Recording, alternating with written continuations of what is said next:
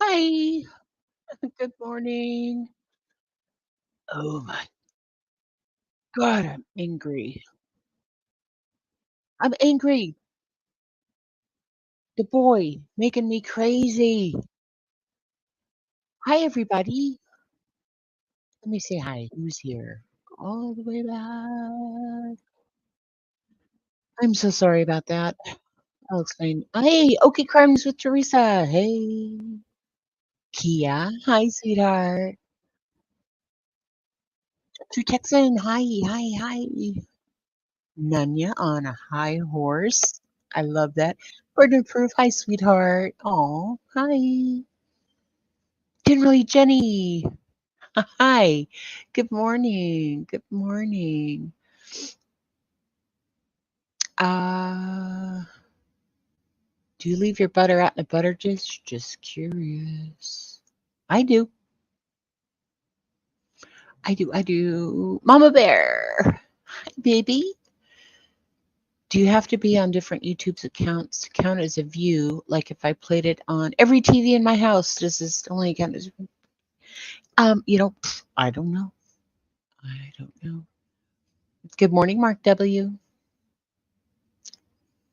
Who else is here? Kaleidoscope of Crime. Hi. But today it reminds me of tea and how horrible that must have been. I'm sorry. Who's tea, baby? Who's tea?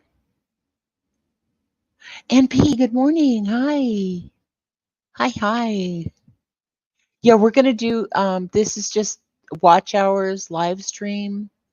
NEC. Hi, baby. Good morning, Rockabit J. Working and listening, but I sure could use that fire at my feet right now. Oh, it's cold. Here on the top part of the world, it's getting cold. Hi, Marie Duffy. How are you, sweetheart? Okay, so I'm gonna run my intro real quick because I just came in like Tom Cruise sliding in sideways on my socks, and then I'll be right back and we'll talk about stuff. Okay?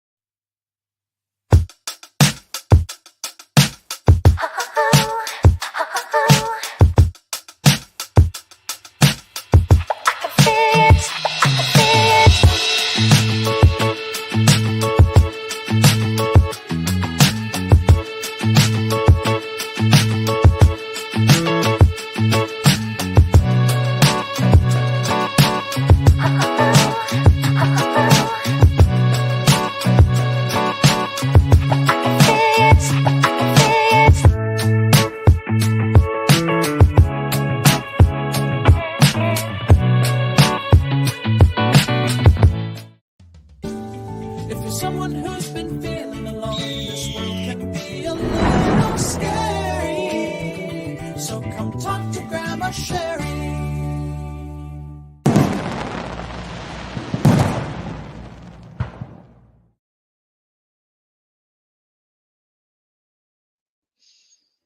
Boom. Hi.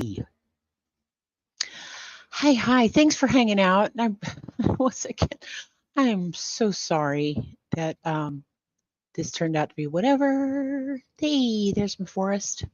Look, I'm wearing a turkey hat. Turkey hat. And so here's the thing, right? Partly my fault, partly the boys' fault. But on Wednesday, the boy goes in at 9, goes into school at 9. And like a dingbat, I scheduled my life for 9 Central Time, 10 Eastern Time. And so Anywho, I'm waiting, and I don't live in the same complex that he does. So basically, it's like, 10 minutes to 9, and I don't hear boy. So I go in and I go, "Hey, you awake?" And he answers me like, "What?" I said, "Are you going to school?" And he says, "Yeah." And by that time I said, "It's like 7 minutes to 9." He's like, "Okay." He's 17. He's a senior. He's got short timer's disease. He just doesn't give a shit anymore. So anyway, I wait and I wait. Should have made his ass walk to school. God, kids, Jesus. It's been a while since I've had them. You know what I mean? And I homeschooled, and they kind of pick their own hours. So oh, God. So let's woosah for just a second. My nephew was the same way. Hey, generally, Jenny. Yes, AMAC. That's cute. Senioritis. Yep. Hey, good morning, small wildflowers. How are you, sweetheart? Yeah, that's fine. Getting ready for work. Mostly be in the bushes. That's fine. What are we talking about? None on a high horse. The bridle, bit, sash, cinch, and the saddle, and then the blanket. Bridle, bit, sash, cinch. I thought the blanket went under the saddle. Hey, Queen Bella. Hi, sweetheart. Yes. Yeah, the fireside chat. Mine's in Nithoven. How are you, sweetheart? And Pete, did I say hi? Yes, hi. Jen, pop it in and say hi. Works bananas per usual. Hope you're having a great day. Hit the thumbs up, please, and give Grandma a follow if you haven't. Yes. Oh my goodness. Okay, so um oh, you're learning the terminology of riding a horse to say safe. True Texan is schooling. Yes. Yeah. I tried to take the like cattle wrangling class so that I could get, my Texas boots and my hat. I failed. So I have to wait a few months and then sign up for the remedial class. It's smart to stream the fireplace. I could play it on TV all day long. Oh, cool. Hey, Shitty for Life. How are you, sweetheart? Oh, Kia ora, Six Sense Amelia. Good to see ya. You have an odd duck who gets up 2 hours before school just to sit around and be bored for an hour waiting on the bus. Oh my God. Can we like distill like some sort of fairy dust that we can transfer to other children like the boy? Oh, that makes me crazy. Anyway, yeah, I had senioritis too.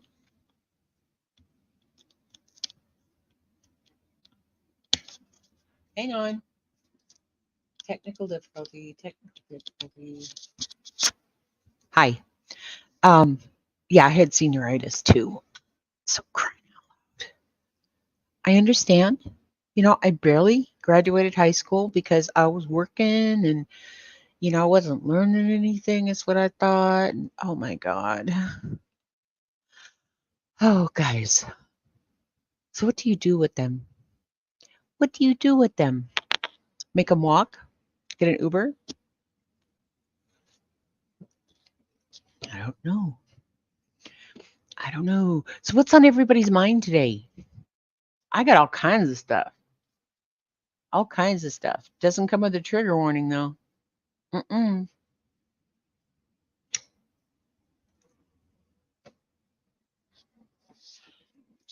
Doesn't come with a trigger warning. I can drop a link. Anybody want to come talk? Anybody want to come talk?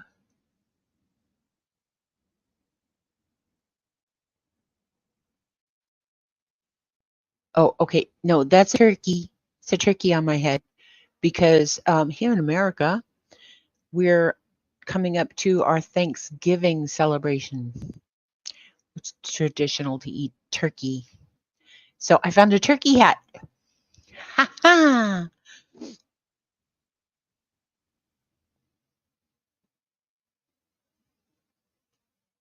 The wood, the wood.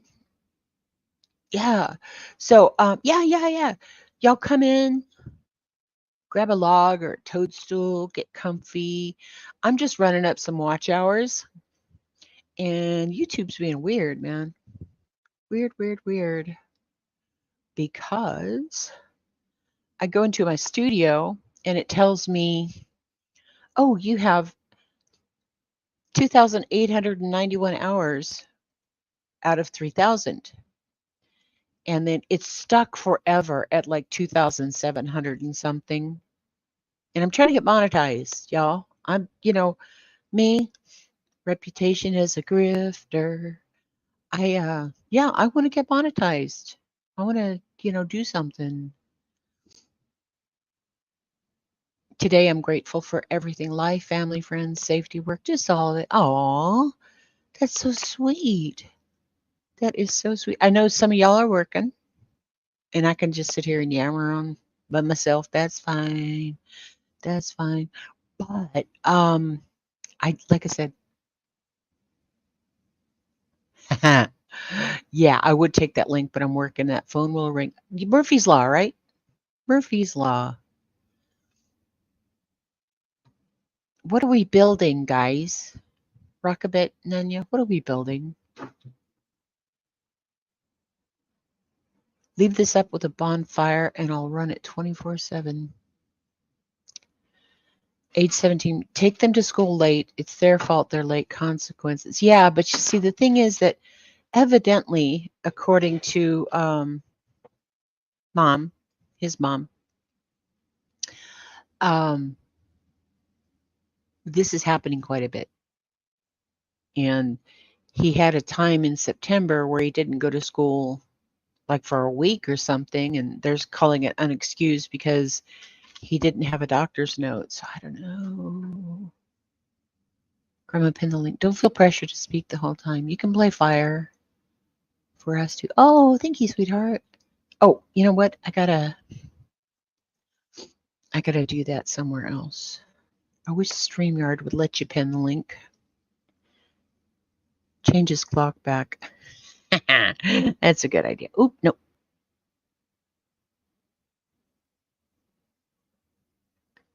Dang it. Here we go.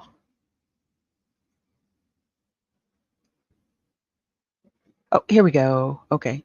Kept taking me to StreamYard. I don't want to go to StreamYard. I just want to pin the dang thing. Yeah.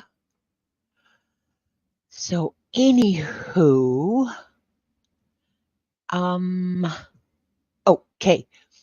Talking about glitchy stuff and internet. Hey, Shauna B. Nanya mentioned cheap Christmas crafting. Cheap crafts. Oh, I want to see. My daughter is up early every day for school. My son is up 5 minutes before it's time to leave after being told 1,000 times to get up. Yes, it's just who they are.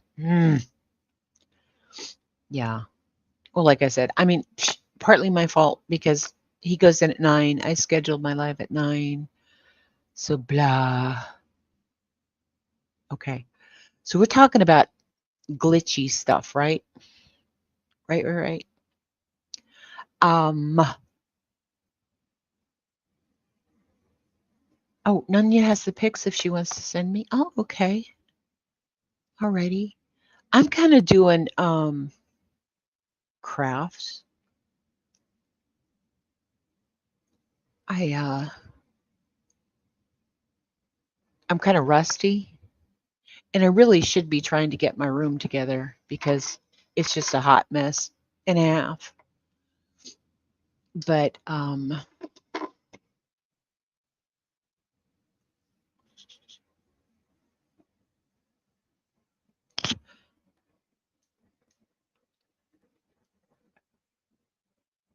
Yes, yes. Oh, thank you. Thank you, thank you. Let me see here. Boop. Oh, dude. Okay. Can I share that? Share screen?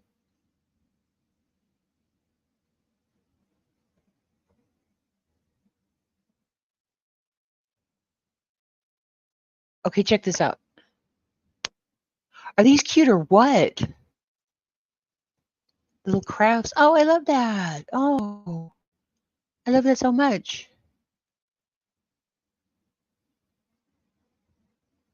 I love that so much. Can I block out the sign before showing? I didn't see a sign. I'm sorry.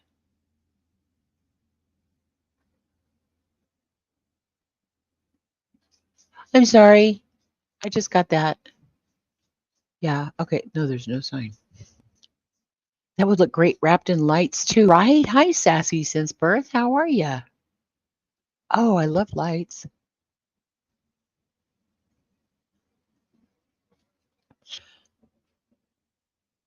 I like that though. I liked it a lot. Let's go here. Dippity boo.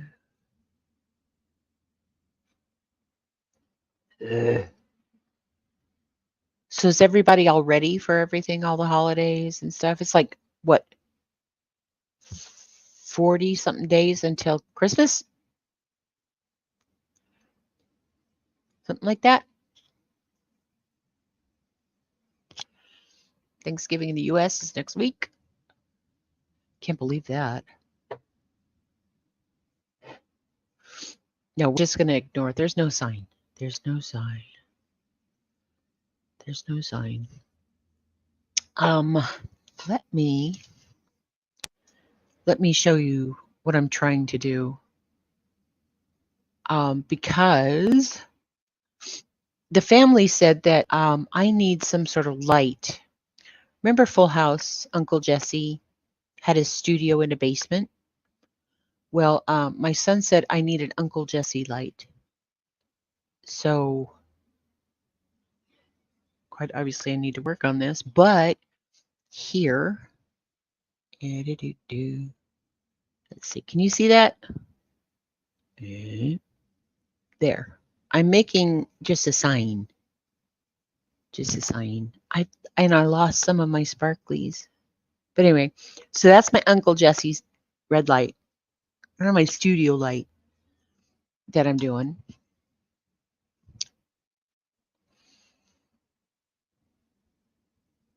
Couldn't pay for my courses. Had to leave them out.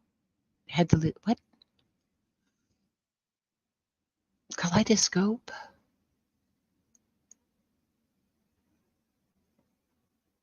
What?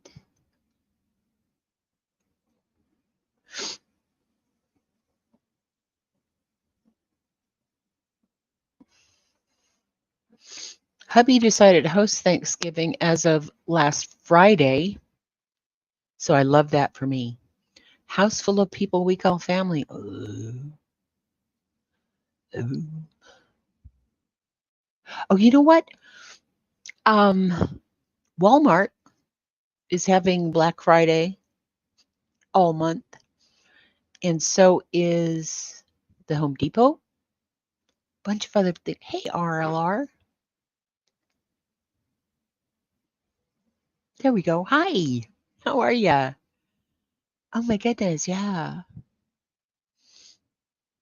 My parents are hosting this year while all bringing a dish. 78, 70. Bless that. Oh, yeah. You know, my dad's like 90 something and he's in Idaho. So I don't go visit like I should.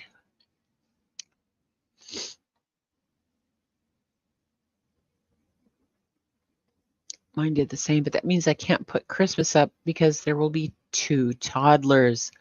You know, I have 2 toddlers. I call them Squeak and Thomas J. Socks. Here, a Black Friday is Friday the 13th. Yeah, well, I guess the businesses roundabout have decided that, oh, hey, if everybody just goes crazy on that one Friday after Thanksgiving, and then of course there's like Cyber Monday, um, then why not do it all, all month?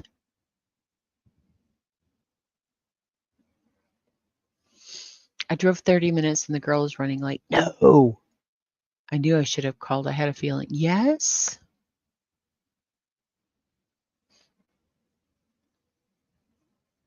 Yeah.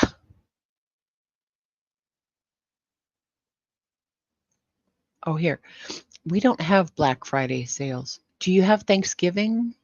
Because I know Canada had theirs like in October. I think it's October, as a Thanksgiving sort of thing.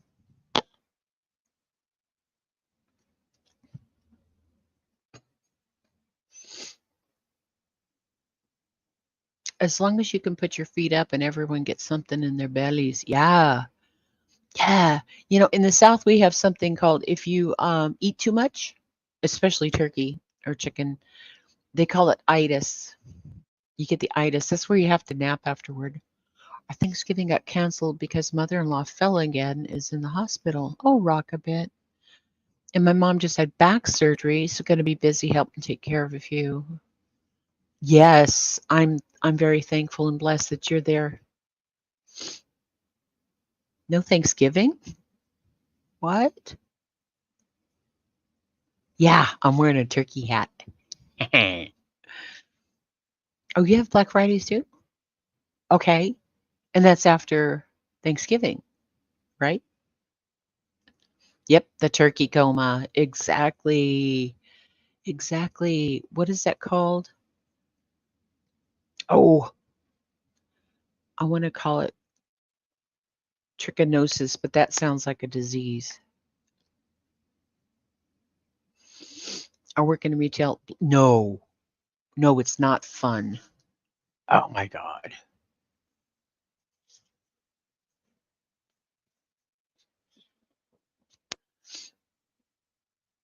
New Zealand doesn't celebrate Thanksgiving or Halloween. Huh.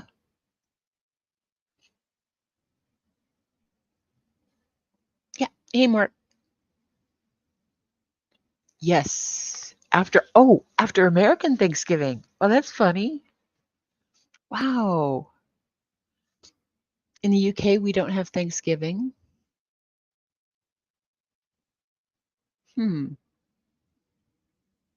Hmm. Tryptophan. That's it, which makes serotonin. Yes. So we all need SSRIs after Thanksgiving dinner. Selective serotonin reuptake inhibitors.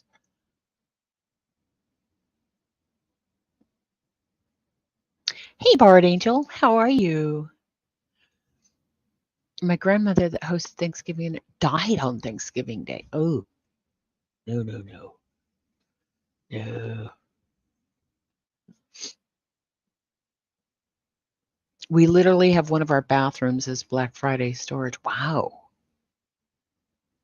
Wow.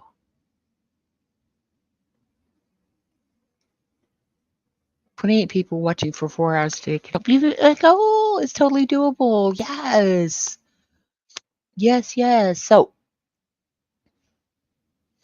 Thanksgiving takes place in Germany on October 6th, but it's basically a day like any other. Nobody celebrates it in a big way.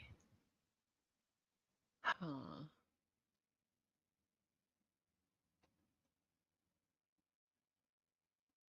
Who is that? Hi. I don't know who you are, sweetheart, so I'm not going to bring you up, okay? I'm sorry.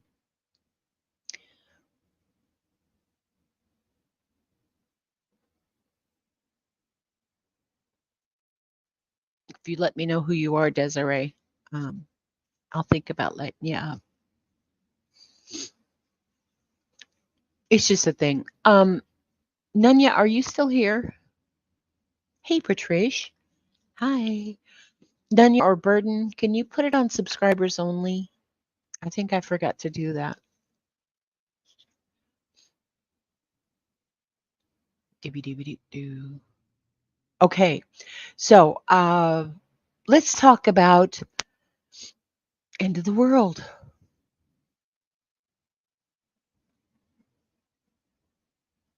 Yes, thump those likes, people, including your 250 alt accounts. Isn't that cool? Yeah, learning all kinds of things about different places. Oh, thank you, sweetheart. I don't know who did that, but thank you.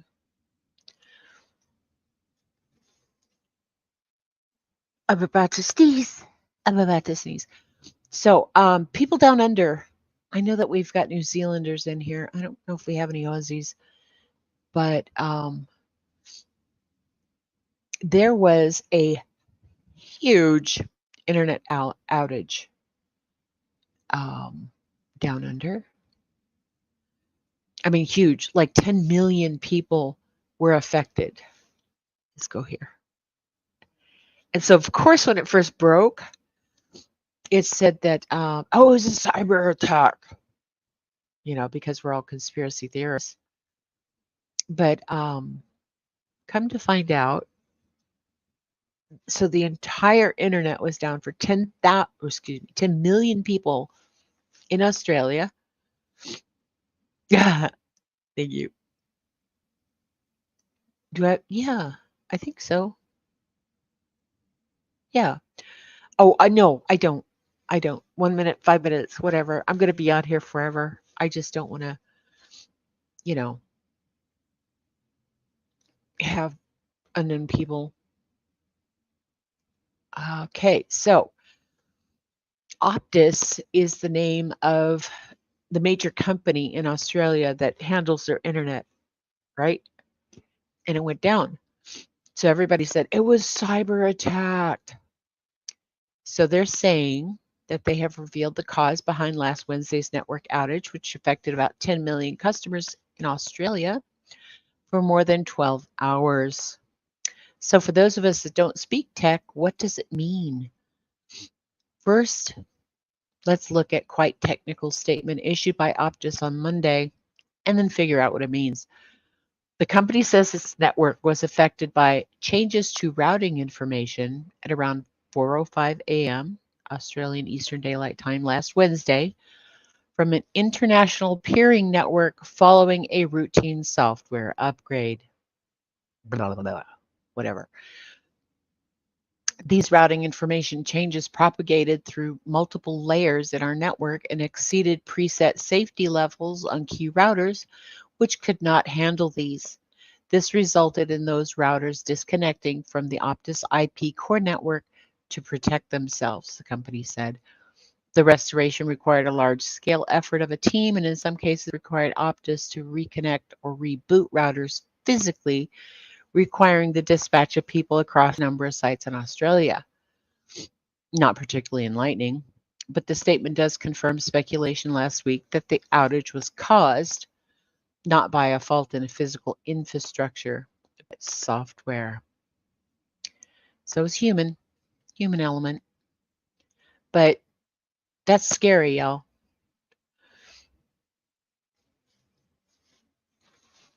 That's scary. Hey, Ange Carter.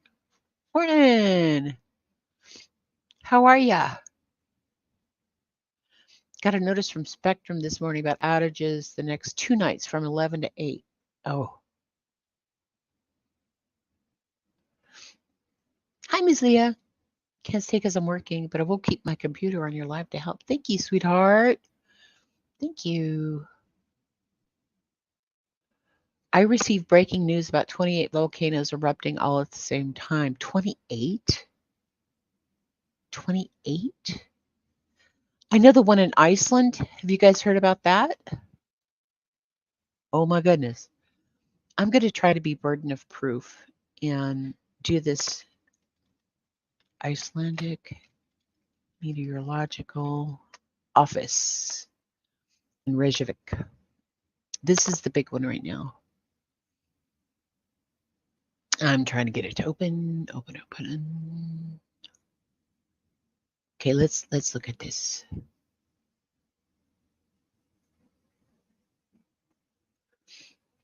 And I just left you guys with a black screen. Okay.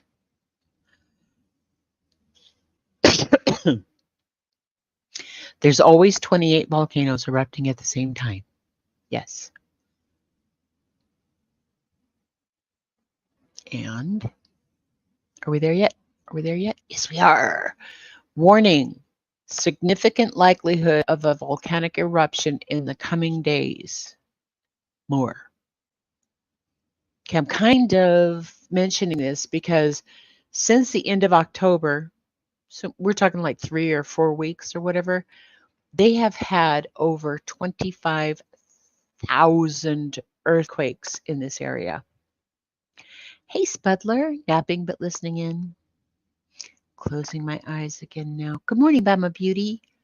Hi. So this is updated today. Is today the 15th? 16th. What is it? Yeah, today's 15th. Okay, cool. So this is actually a satellite image. Satellite image of the displacements from the 10th to 11th of November 2023.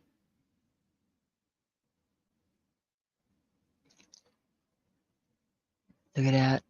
Here it comes. Okay. So around here,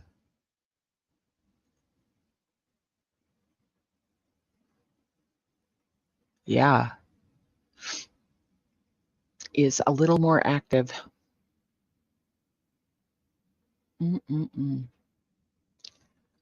But anyway, so there's like, let me see. I need to get a different internet or something faster.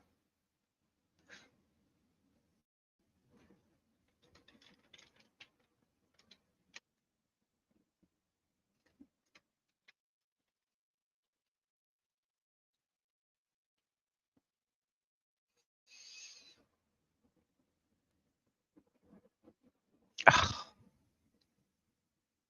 Stop it.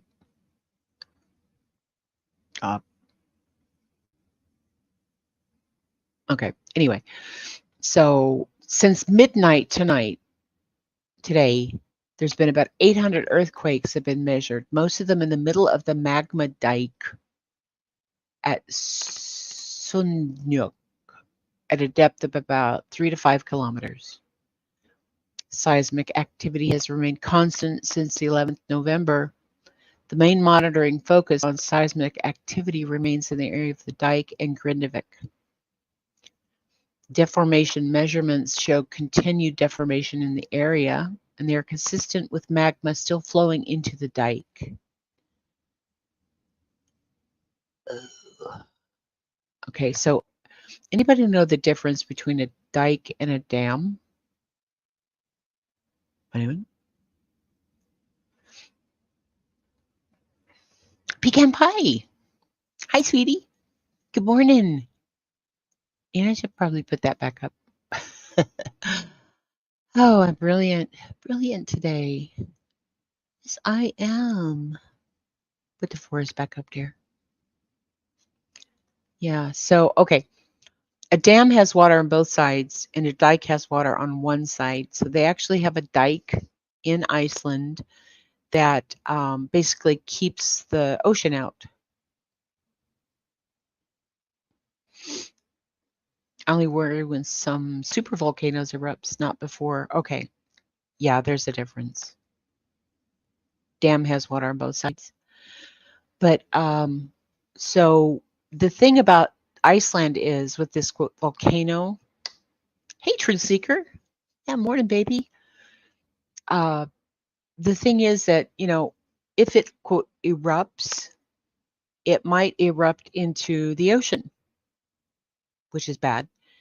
If it erupts into the atmosphere too, then it might be of a magnitude that could cause a volcanic winter, which means that all the debris and stuff that it shoots out into the air actually creates kind of like a cloudy effect over areas, which, when the clouds happen, it makes it colder because the sun can't get to us, which is weird because in Alaska, when I lived there, they we liked it on cloudy days because it meant that it was kind of like a blanket. It kept us warmer, which is kind of ridiculous, but it is what it is. Oh my goodness. But anywho, so we got that happen. What is a levee? I don't know. Let's look up levee. Uh, doo.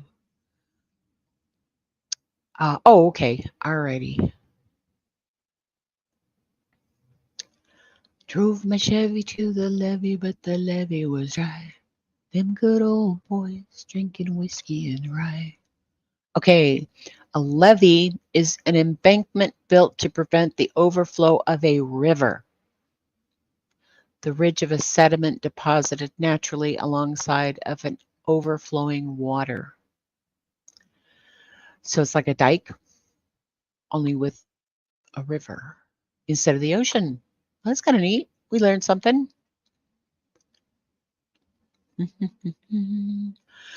Yeah, Mount St. Helens was bad. It was bad, bad, bad. Yeah, the song, yeah. Honestly, that's the only place I've ever heard the term levee mentioned. I guess, right? No, because during Katrina, weren't they levees that overflowed or broke or whatever? We have levees in Oklahoma and Louisiana has seawalls. Okay, cool beans. Yeah. But yeah, when Mount St. Helens blew, that was that was ridiculous because a volcano explodes, erupts with a magnitude of a small nuclear bomb. So, it's not just the lava that people talk about, oh, running away from the lava like we see in the movies, but it's the cloud from the debris that causes problems. Down in Louisiana has Levi's. Yes, we all have Levi's.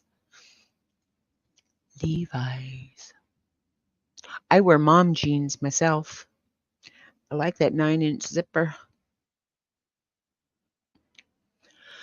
I lived through the eruption of Mount Redu in Alaska in the 90s. It was horrendous. Oh my goodness. Oh my goodness. Where is Mount Redoubt or Redu?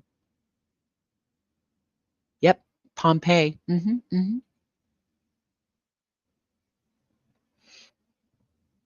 Krakatoa, right?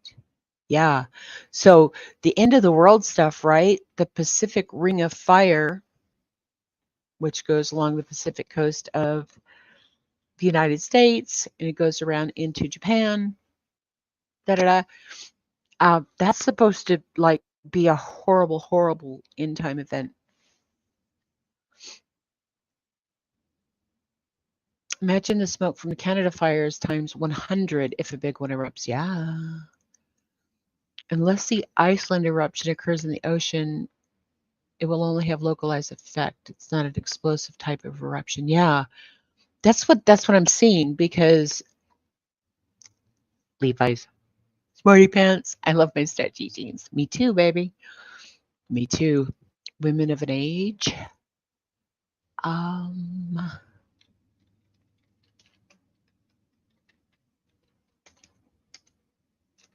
on.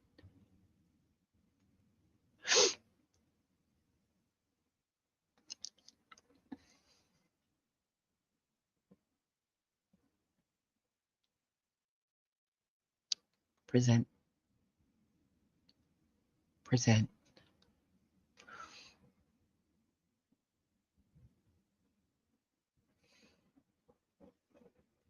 The volcanic eruption is near.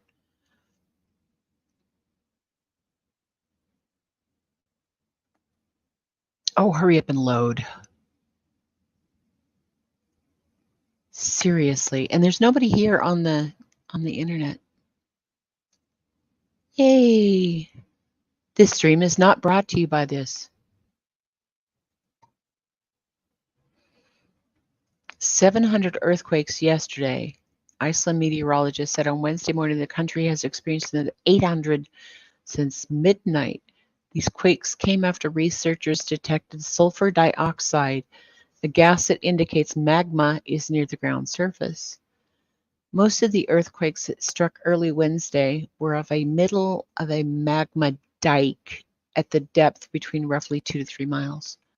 The country's meteorological office said in a 6:30 a.m. Eastern Time update. They also said there are clear indications of deformation in the area and the magma is still flowing, although part of the dike into which it's going seems to be solidifying. Oh, that's kind of cool. Okay, we read that. The update comes a day after Iceland's meteorological office warned that the likelihood of a volcanic eruption remains high after more than 700 earthquakes were recorded between midnight and 8 a.m. local time on Tuesday. I don't know what that is. And this is a really cool picture, but it's not loading. Maybe I'll refresh. There it is. Look. Look. See, this is what I think is volcano, right? Like the thing and the smoke and the magma. And then, oops. And this has nothing to do with volcanoes. Oh, that is kind of cool though.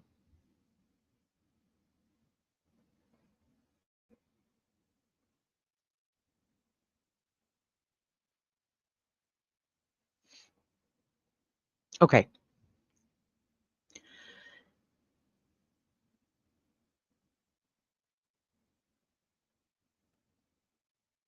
Yeah, Texan, I'm very impatient today. We had to put pantyhose over our air filters because the ash would cause your car to break down. Dude. You know, they say dormant volcanoes. Yeah. I am impatient today. Yeah, because of the boy. I blamed a boy. Craziness. There's a spot somewhere where it leaks gases from volcanic activity. You stand on a leak, you die from gas poisoning. That's awful. Wish I was 17 again to cause havoc in adults' lives. Yeah, didn't the ad look good? Molten lava. Love saying that. I don't know why. I just always have. You know, one of my favorite things in the world is the movie Austin Powers. All of them. But Dr. Evil, when he's describing his lair, I love the way he says magma. He does a quote, air quotes, magma.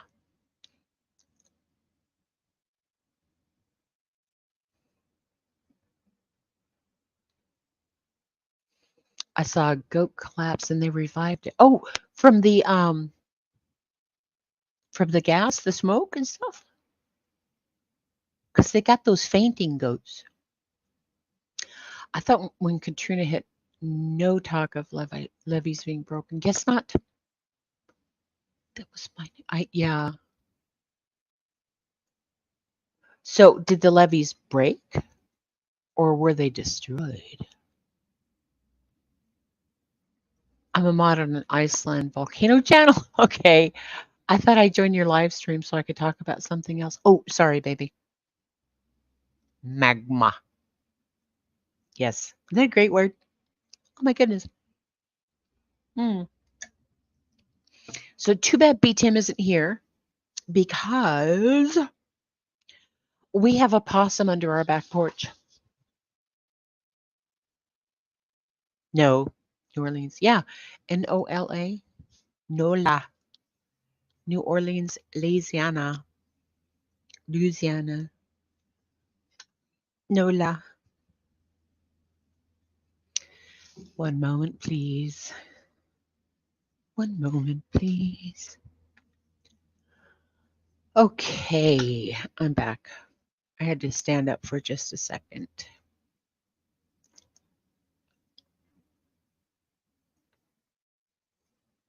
Smoking a pancake? Yes. I love that. Yes. Gold member. Oh, I love Austin Powers. Do I make you honey, baby? Do I make you Randy? Let me see if I have. Oh, here. I got to thank you. $1 million.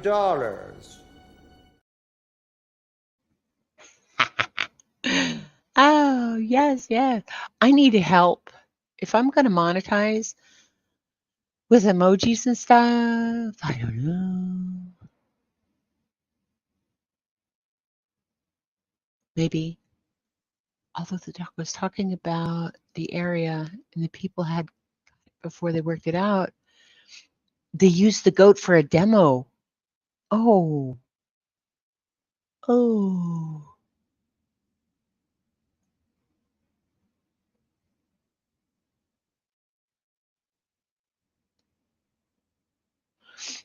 It's my autism special topic.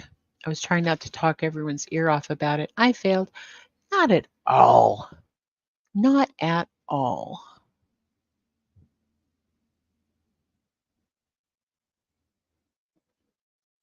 Just a moment. Just a moment.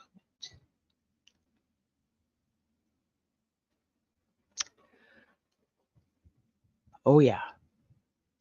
Oh, yeah.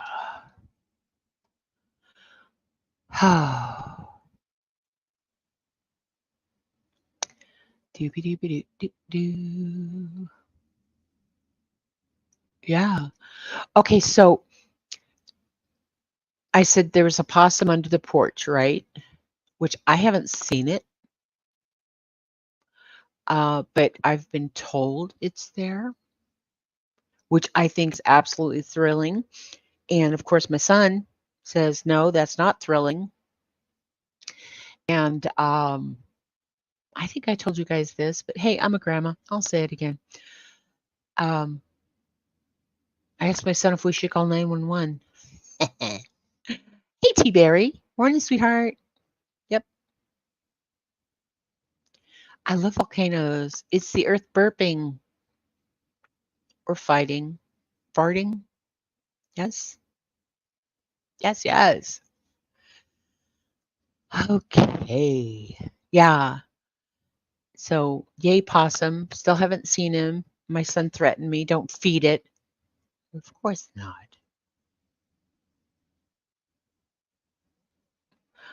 Oh, sweetheart, I knew. I do that too. I do that too. I don't mind. I just have to be careful that I don't hijack the entire chat room conversation because I do that. Yes, yes.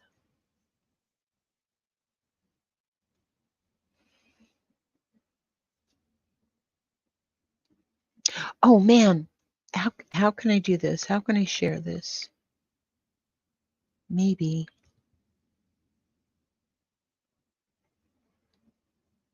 Hang on just a second. I'm trying something. Okay.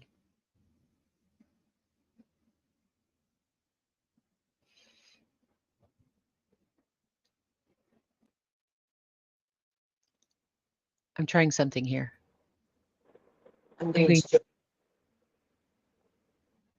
I'm going to join me. Let's see.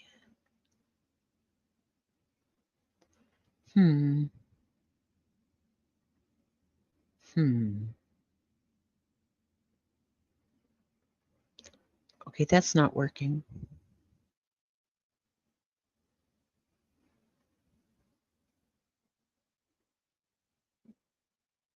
It's not working.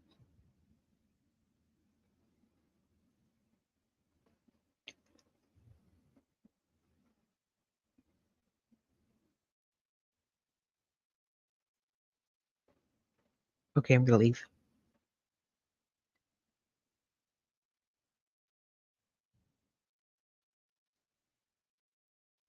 Oh, possums like eucalyptus leaves? I didn't know that. That is so cool. There's a lot of eucalyptus in California. They use them as windbreaks. Hey, Steffi. Hi, baby. Drive safe.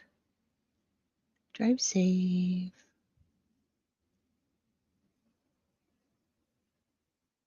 Yeah. Yeah, we kind of jump around, scatterbrained, whatever's on someone's mind. Mhm. Mhm. And we just filling up time. We just filling up time. What we're doing. Thank you all for being here. I super super appreciate it. Yeah, I'm going to be dang, how can I well, you know what? This might work. Let me try this. I wanted to show you guys a video I took.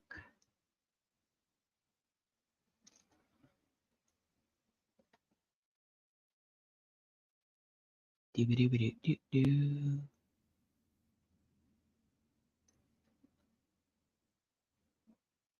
I have 400,000 pictures on my phone that I was trying to get.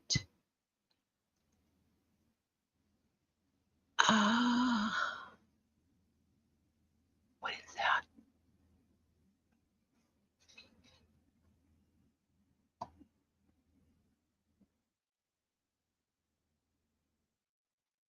Oh, that's what that is. We had a big accident here yesterday.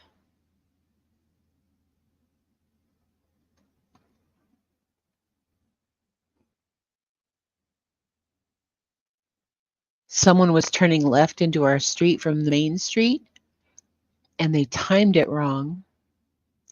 And it was bad. It was a Honda that got hit. Every airbag in that car went off. Every airbag, including all the side curtain airbags in the back. So that's bad.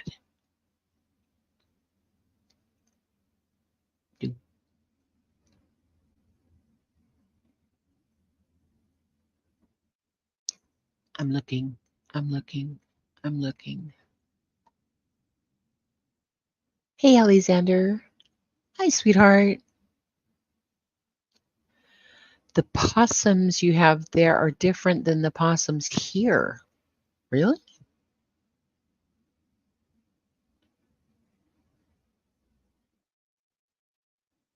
There's a channel that feeds chipmunks. I love watching it until my terrier spotted the little critters. Oh, nearly lost the TV. That is so funny. Yes. You know, I don't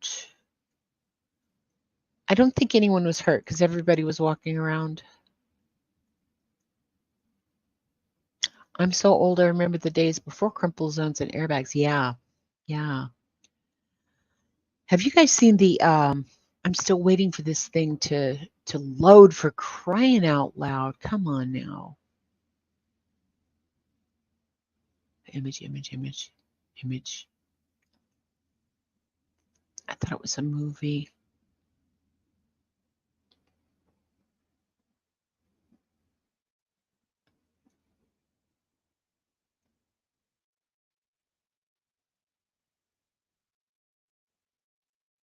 Okay, we'll do that.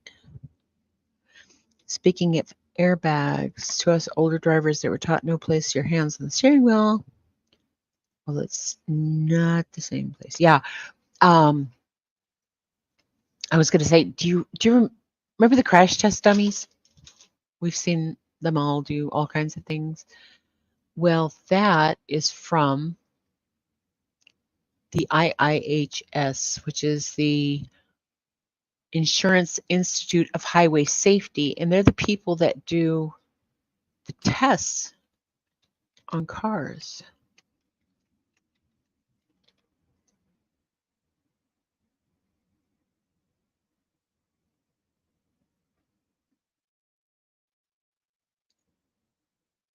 Oh my goodness. Evidently, there's a band called Crash Test Dummies.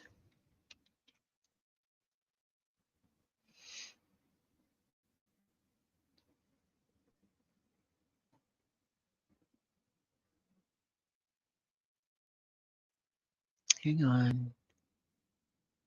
Hang on.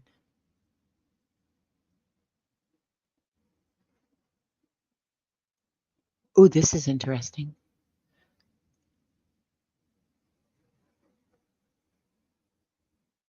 Hey, Claire. How are ya?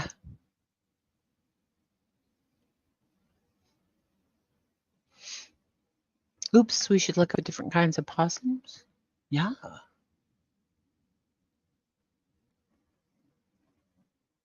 So this is the thing here.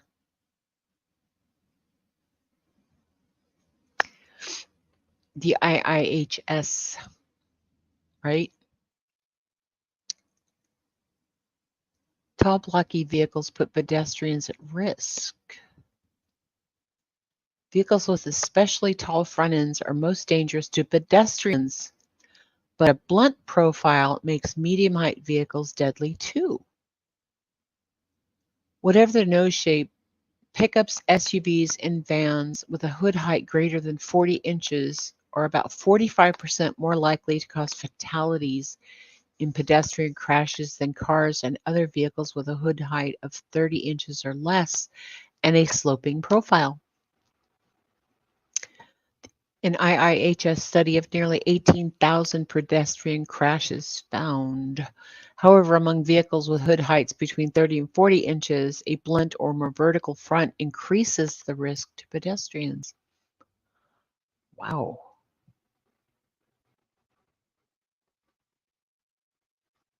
Pedestrian crash deaths have risen 80% since hitting their low in 2009. Nearly 7,400 walkers, more than 24 people a day, lost their lives in 2021 after being struck by a vehicle, while speeding or poorly designed infrastructure have helped fuel the increase.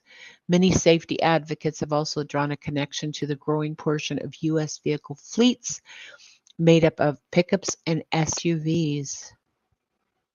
Over the past 30 years, the average U.S. passenger vehicle has gotten about 4 inches wider, 10 inches longer, 8 inches taller, and 1,000 pounds heavier. Many vehicles are more than 40 inches tall at the leading edge of the hood. On some large pickups, the hoods are almost at eye level for many adults. Yeah, and here's what they do. Vehicle rating.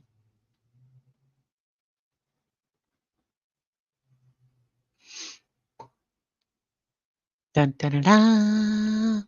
The top safety pick was the 2023 Acura Integra four-door sedan. The 2023 Honda Civic four-door hatchback. Nice. Mid-sized cars, Honda, Hyundai, Hyundai. Luxury cars, large luxury cars. Go ahead. Small SUVs.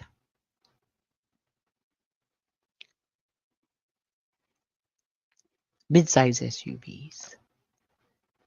Okay, here's one that has the blocky front that they're talking about.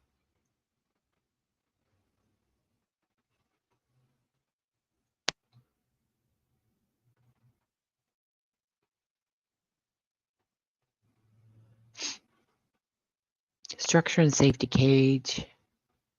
Driver injury measures head, neck, chest, hip, thigh, lower leg, and foot.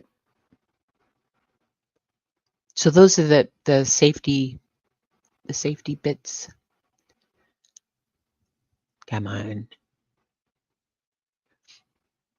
About our test.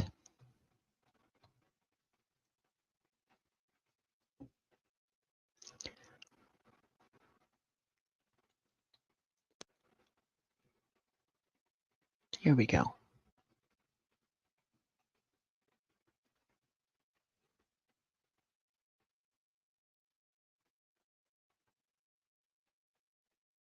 Boom.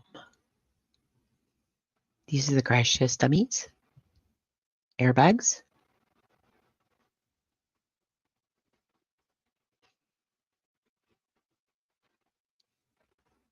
So yeah, I actually went there on a field trip. On a field trip.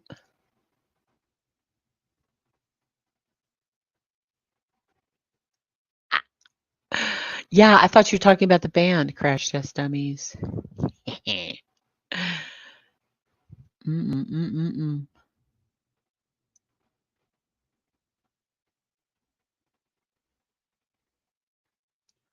Great. They invent a safety device that makes you less safe. Less safe. The irony. They have just enforced a 20 mile per hour speed limit as standard. Crazy when you live in the sticks, but 30 miles per hour is a sweet speed apparently. And we all speed. Where, Spudler? Like, because I remember when we were going through the gas crisis in America, they made the maximum speed limit everywhere 55. Remember that song? I can't drive 55.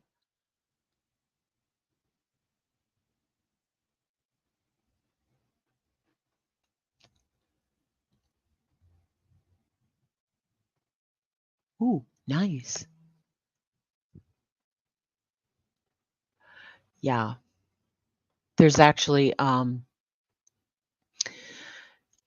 when you work in insurance and claims and injuries, you have to go through training. It's called biomechanical analysis, which is basically how the bodies move and what's going to get hurt. And with pedestrians, they have something called a roll, a vault, and a wrap. And so a roll is exactly what it sounds like. Pedestrian gets hit by a car, they roll up on the hood, right? And that depends upon the speed of the car and what it looks like. And then the vault is when a car hits the pedestrian and they actually launch. They go somewhere else, right? Side of the road, other side of the road, they launch. And then the third one is called a wrap, which means that when the pedestrian gets hit by the car, they literally wrap around the car, whether it's to the side or on top of the hood, but they wrap onto the car. Oh, people don't drive big vehicles in New Zealand. Okay. Yes, Sammy Hagar. That's right. What is it?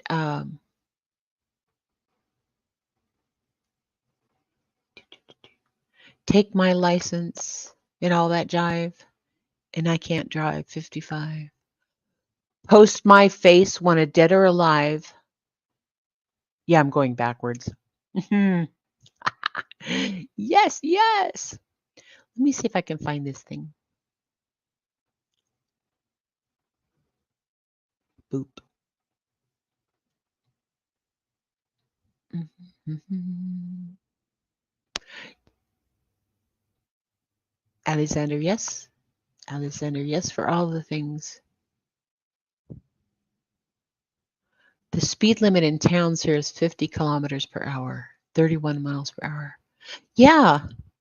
Throughout most of my town, the speed limit is 40. Of course, people drive 60 because, yeah. But anyway, what was I doing? God, squirrel! Squirrel!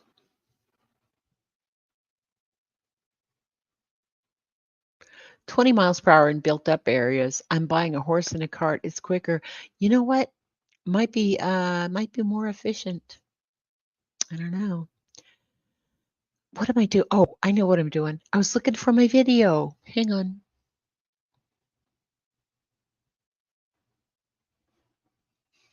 Hang on. Nope, that's not what I'm looking for.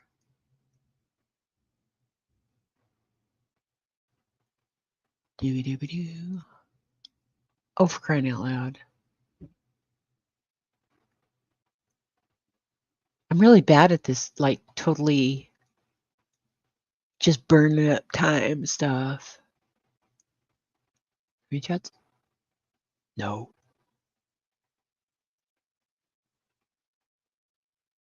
Bear with me. Pictures. Camera roll? Maybe? No.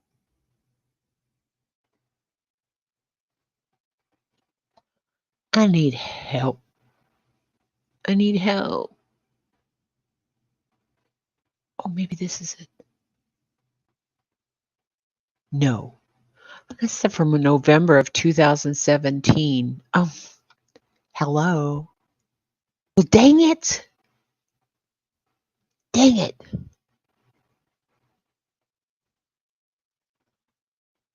And the roses will do great. Oh, yeah. From all that horse fertilizer. Yes, yes, yes. Hey, Green. How are you, sweetheart? You don't know how. No, there's no help. There's no help for me because I'm just crazy. But God, I have this video. Hey, Twist. How are you, sweetheart?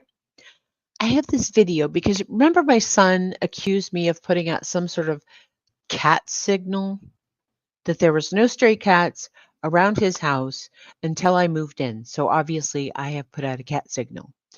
Well, I got the cutest video and it's on my phone and I don't know how to share it because I'm on my laptop.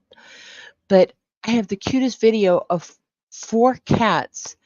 They're walking in the neighbor's yard, but they're walking and they're all equally spaced, right? It's almost like they had like this uniform code of kitty marching and they're all equally spaced between each other. There's 4 of them. And the first one gets up to the curb, looks both ways, gonna cross the street, crosses the street. Then the second one does the exact same thing. It's so freaking cute. Clear and environmentally friendly, apart from the methane. Actually, I think the farts is what's the methane problem, right? And I don't believe that cows are causing global warming with cow farts. I'm sorry, I don't. Because we've had cows on the earth forever and we haven't had global warming forever. So miss me with that shit.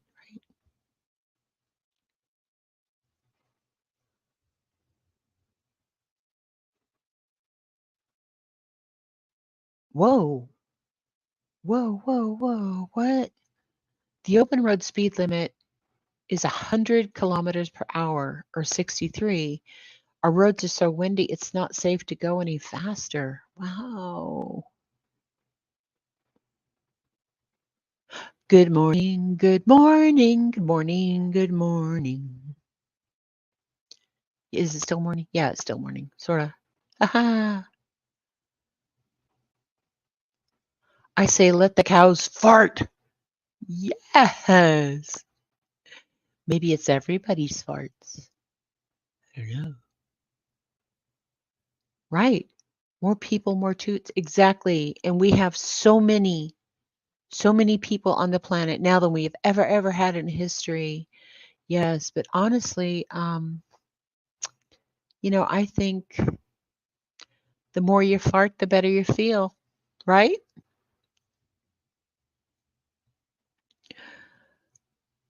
They came on the ark. It's Noah's fault. Yes, exactly. Yeah, so it's like more people, more cows. Right. Okay, more people, more cows. Because I love cows. I think they're delicious.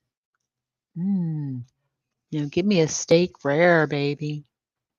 Slap the horns off, hit it on the butt, send it out on my plate. Mm, yeah. Okay, but here's the thing, right? So the cows are causing global warming with the cow farts and the methane. And so we shouldn't eat cows, but we're going to frickin' eat bugs, right? bugs. And then I just saw this thing where they're making ice cream out of plastic. Plastic ice cream. Let me look for it.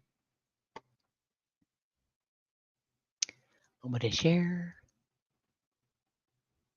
Yeah, hang on. Let me see if I can do this.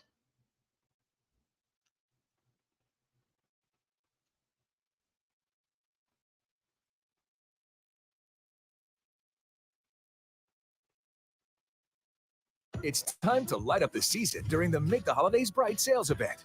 Choose from a large inventory of Ford vehicles and get special offers on our adventure-ready SUVs or on our great selection of Ford trucks. My video Make the will holidays resume in bright 5 at your seconds. local Ford dealer.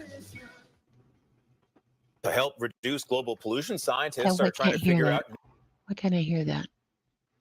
Can you hear it? new ways to use plastic. And one team is breaking it into a molecule that gives vanilla What's its taste, going and one on? artist is using that product to make. Wait, what?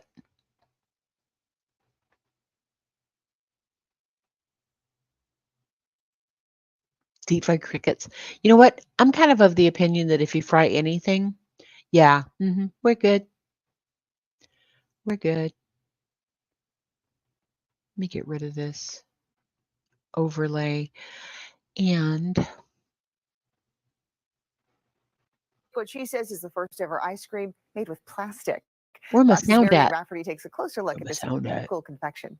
I scream, you scream, we all scream for plastic ice cream. You heard it right. This version of the sweet treat is actually made.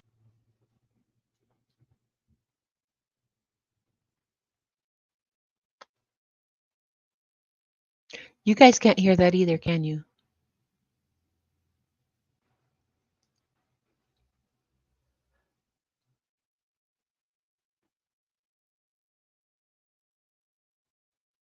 Oh, you can hear it? What the hey? I can't hear it. From the Jeez same materials Louise. found in plastic. Kill that gives vanilla its taste, and one artist is using that product to make what she says is the first ever ice cream made with plastic. Fox's Marian Rafferty takes a closer look at this cool confection. I scream, you scream, we all scream for plastic ice cream. You heard it right. This version of the sweet treat is actually made from the same materials found in plastic bottles. We have the tools today to rethink the food system we're living in. Scientists in Scotland are using special bacteria and enzymes to break down a chemical compound in plastic and convert it into something called vanillin, which is the molecule responsible for the vanilla flavor. An artist in London is using the new material to make what she says is the world's first ice cream made with plastic. The cold confection is on display in an art installation called Guilty Flavors. This project started from a very big frustration about how the plastic recycling system cannot keep up, and also that despite all the information around plastic production is not decreasing. Scientists say the ice cream hasn't been cleared for people to eat yet. This has to go through exactly the same regulatory processes and food standard processes as any other food ingredient. And only once it's been through all of those will it go anywhere near any kind of consumer product. Still, it's sparking conversation about plastic pollution and what we can do with it. According to the Organization for Economic Cooperation and Development, only 9% of the world's plastic waste is recycled. Natural vanilla is the second most expensive spice in the world. Harnessing vanilla flavor from plastic could provide a cheaper product and reduce waste in the future. Marianne Rafferty, Fox News.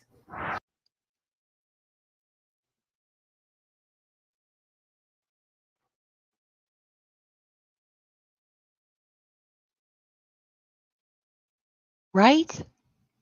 What the heck? Hey, Bamaji. Thank you. Thank you. But okay, we have like the plant-based meats, right? I don't know why I couldn't hear it. I don't know. Weird. But we have the plant-based meats, the impossible meats, right? And now we have plastic foods. Did you see that picture of the beaches or with the kids playing and stuff. Do you know that we've only had plastic containers like that around for maybe 60 years or so? Maybe a little bit longer. But the thing is, like, when I was a kid, they dropped off milk on our doorstep in glass. We didn't have aluminum cans, for sodas and beers. They had tin cans. The cans were made out of tin, right? And we didn't have all this pollution, this waste and stuff. So I'm like, what the heck? Yeah, they're going too far with the fake meat stuff. Too far, I say. Yes, and the fish are all full of microbeads. Plastic is already in our food supply. Exactly. And then they wonder why they used to tell me I'm the milkman's baby. Yeah, that's the kids nowadays during the 80s, born in the 80s. No, it's not quite a joke anymore because the milkman don't come. Now it's the postman.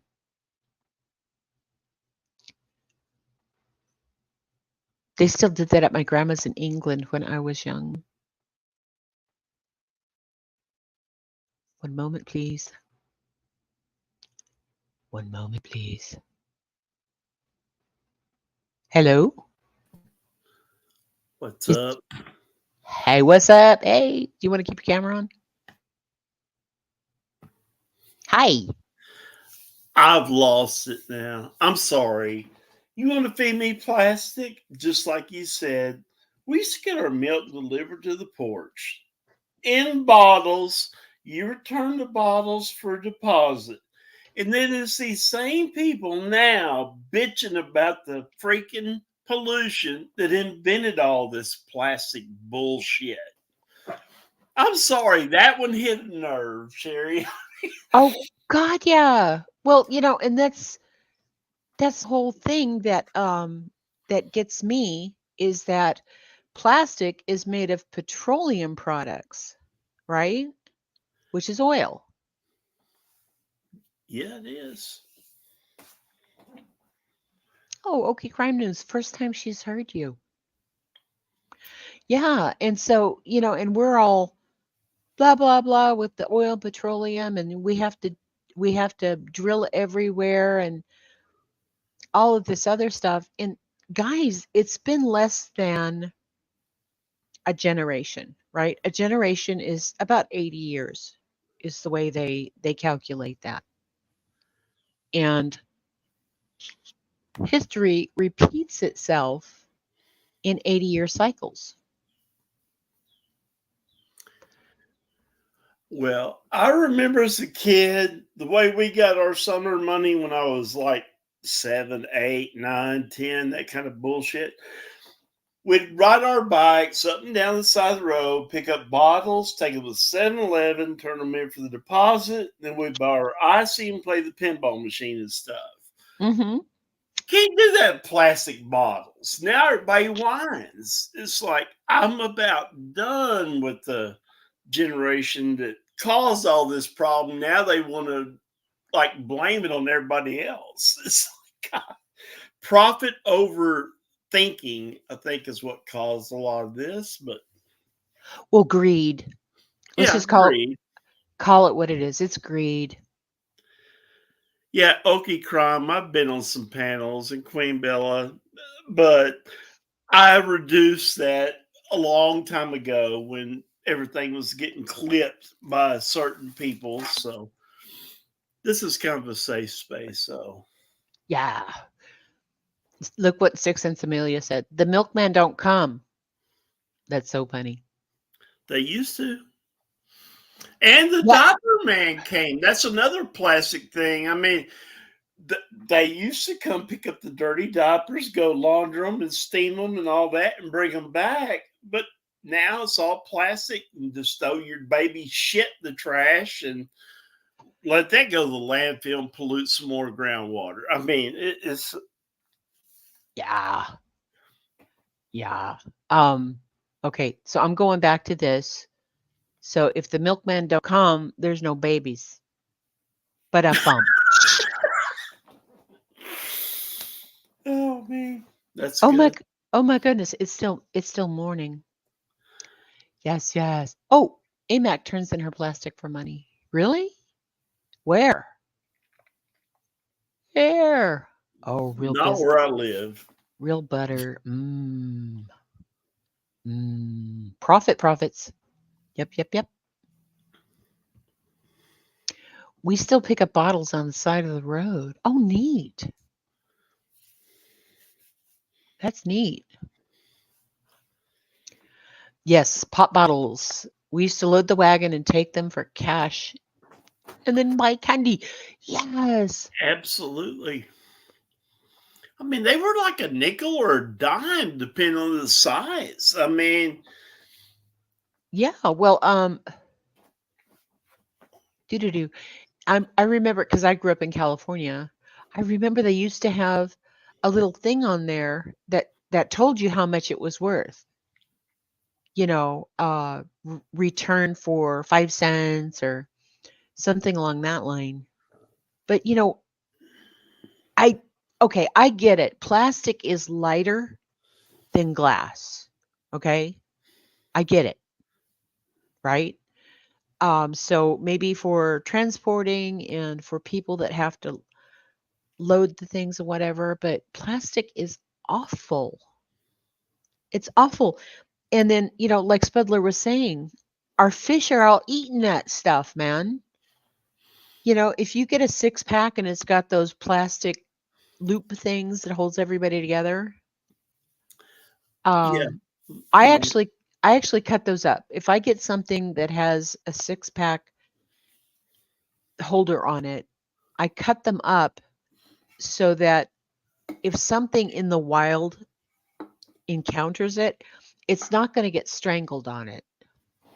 It's not going to be around some turtle's neck, or whatever. There's just no loops for them to get stuck in.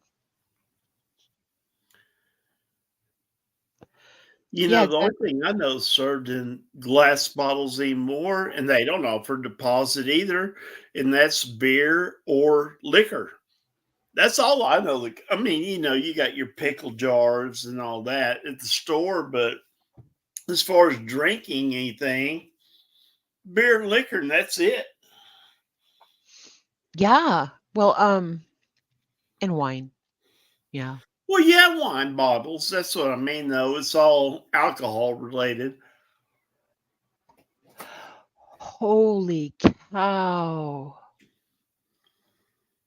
Oh my God. Okay, I'm going to share this. Yeah, we're supposed to recycle plastic to make more plastic, but we don't. Like that video we just saw, only 9% of plastic is recycled, and mm, I d- mm, I got I got things, I got ideas, I got opinions. Here we go. Here's the plastic raft in the ocean. Okay. The GP covers an estimated surface area of 1.6 million square kilometers. It's an area twice the size of Texas or 3 times the size of France. The Great Pacific Garbage Patch. This is insane, y'all.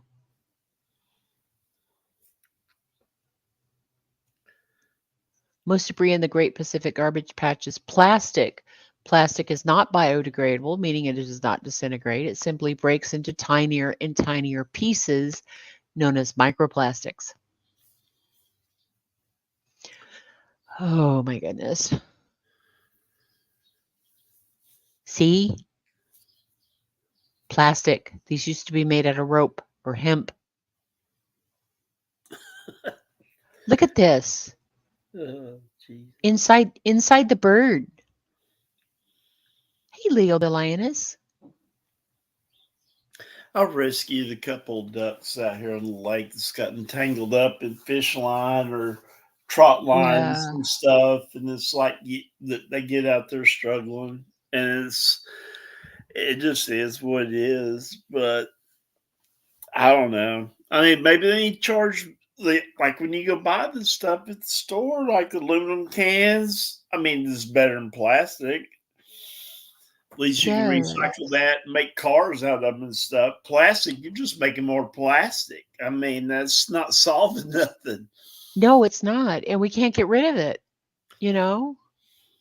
And how many things do we have? Everything's wrapped in plastic now. And some of those things, the heck is that? Marine debris can prevent algae and plankton, the photosynthetic producers of the marine food web, from receiving enough sunlight to create nutrients. When these tiny organisms are threatened, the entire food web is put at risk.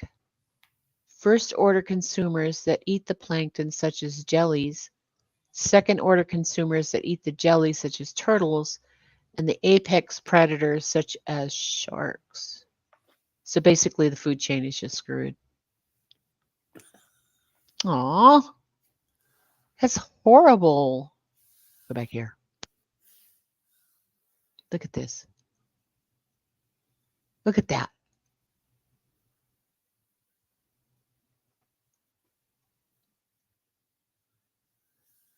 This is by TJ Watson. Thank you.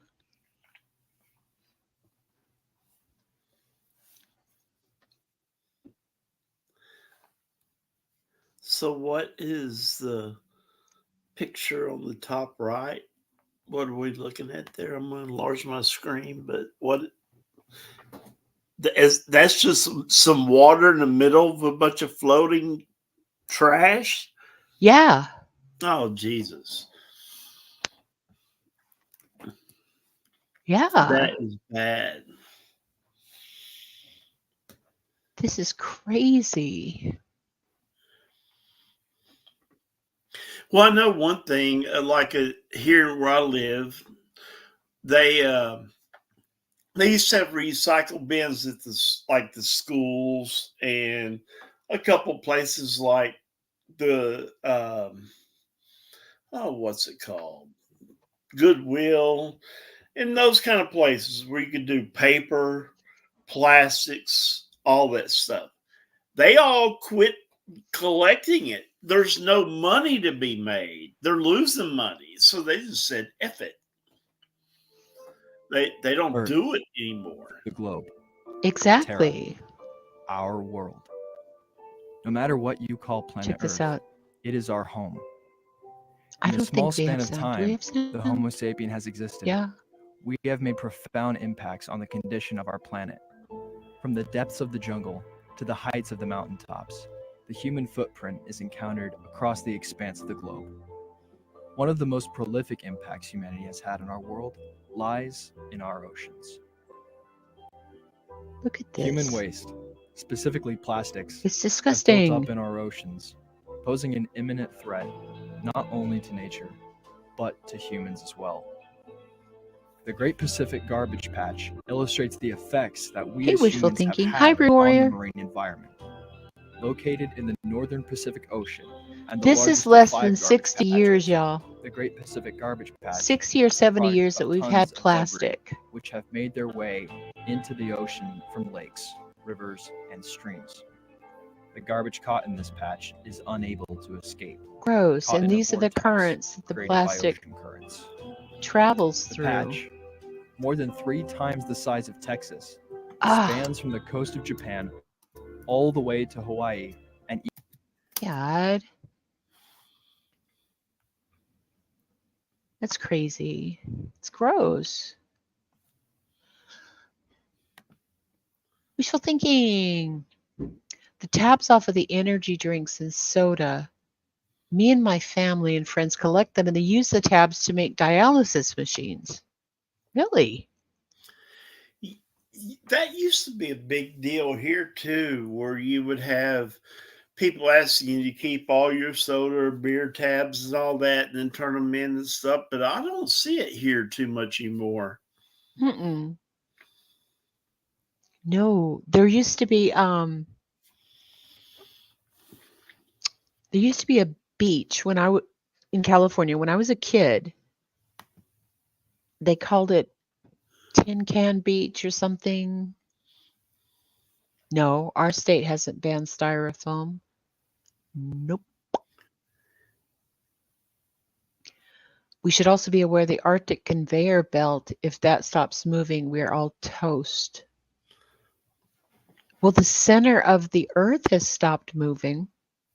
We know that, right? Who's we? Everybody. Everybody. Oh, no.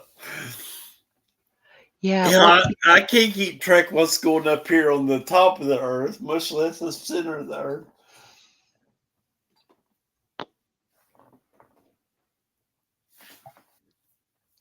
yeah, it's kind of like, it's insane. Yeah, sea warming. Well, you know what's going to kill us before sea warming? Man. Man is going to kill us. Hang on just a second. I'm trying to pull up something here. This is really interesting. Do.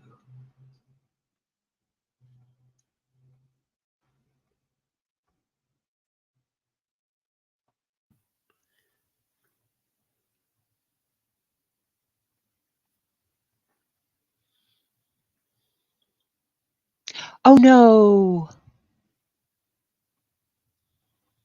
No, no, no, no, no. Dang it. I just watched this the other day. It talks about history repeating itself in 80-year blocks. Dude. And somebody took it down.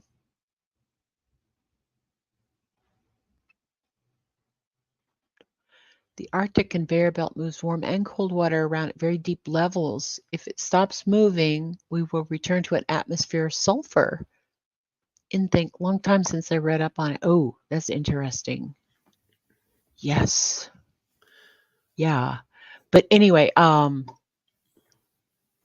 whole thing about God, that makes me crazy. Let me see if I can find it somewhere else. So, Sherry, though, you said man was destroyed, so you don't think women have anything to do with it? Humans. Okay, thank you. Yes, humans. I used to be oh, here's a good one. Yes, yes, yes. Okay, I found it. Let me share this. I hope CP Brennan doesn't mind. Here we go. Check this out. In 80-year blocks called saculum, but we'll just call them history blocks. Not exactly 80 years. This is history, not math, but roughly the span of a human lifetime, maybe 80 to 90 years. Within these 80-year history blocks, we have 4 turnings of around 20 years each. We usually call them generations. This book calls them turnings. Turnings are sort of like seasons, like spring, summer, fall, winter. Throughout our history, we've had these 80-year blocks, and the 80-year blocks have been remarkably similar to each other. We're in one now. The first turning, the first season, is a high, an upbeat era. The second turning is an awakening, a passionate era. The third turning is an unraveling, a downcast era.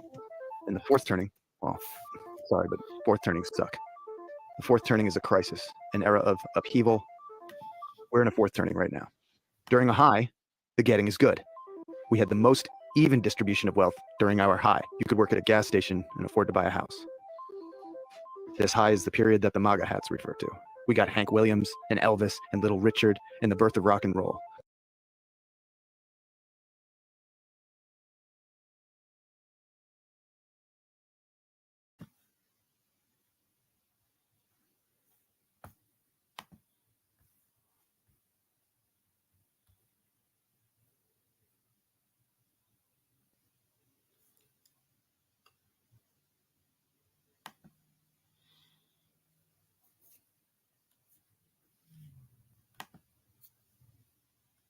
What happened, Sherry? I was muted. I was talking. I was muted. No, what I was so so what I was saying is that I was born in 61. Okay, so I've seen 3 of these quote turnings, all right, that happened so far. And I've seen how these things are true, how history repeating itself in these 80-year blocks. I've seen them coming to pass. So let's watch this. And I'm just doing this for fair use commentary. My dad's younger years, he was born in 39. Yeah. We launched monkeys and men into space. This is when the Mustangs and Corvettes first came out. Our high ended with the assassination of John F. Kennedy on November 22nd, 1963. The high is not a high for everyone, of course. America still had a segregated South. Homosexuality was illegal and considered a mental disorder. The high is a period of conformity. The age of nonconformity and of social justice begins during the Awakening, our passionate era.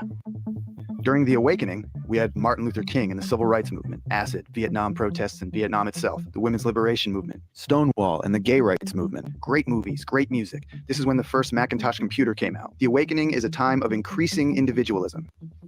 This second turning, this awakening, ended with the re-election of Ronald Reagan in 1984. Things get messy during the third turning, during the unraveling. We got the fall of Soviet communism and the beginning of the Russian gangster state. The greatest musicians of the time sang about violence and decay in their deteriorating cities. The LA riots, OJ, the bombing of Bosnia, and the Columbine high school shootings on the same day. September 11th, the wars in Afghanistan and Iraq. Our unraveling ended with the financial crisis of 2008. 80 years ago, in the last fourth turning, America had her Great Depression, then World War II. 80 years before that, the Civil War. 80 years before that, the Revolutionary War. Each generation's archetype is the characteristic that will define the generation in its prime, in midlife. The boomer archetype is the prophet. Bill Gates and Steve Jobs are boomers and prophets. Both predicted that one day everyone, not just big corporations and governments, would own a computer. Gates even predicted a crisis like COVID-19 5 years beforehand. The writers of this book are boomers and prophets. So the StreamYard and the actual YouTube thing, the video are on a little different time. There's a bit of a delay, if you will. But we did not bomb Bosnia, by the way. Okay. But what he's talking about here is so true. I've seen it happening. I've watched it happen. And everybody thought it was great when we elected the actor Ronald Reagan into the presidency. And, he's going to do this trickle down effect and stuff. And what ended up happening here, what is it, 40 something years later, is that it didn't trickle down. That the rich got richer, the poor got poorer. I'm going to continue to play this because this is really, really good. And I put the link here, so if you guys want to go back and look at it. But hang on. Here we go. Profits. Gen X is the nomad generation. The quintessential Gen Xer, Elon Musk, builds things that move us from one place to another. Rockets, electric cars, hyperloops, nomadic devices.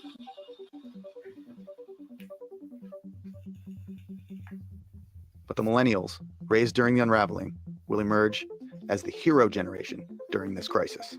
These are the Parkland High students, the frontline hospital workers, and Malala Yousafzai.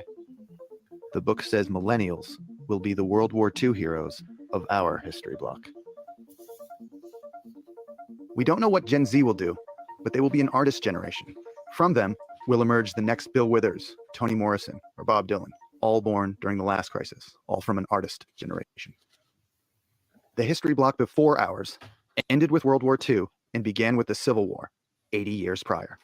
The history block before that ended with the Civil War and began with the end of the Revolutionary War, 80 years prior. Every 80 years or so, something big comes along and changes everything.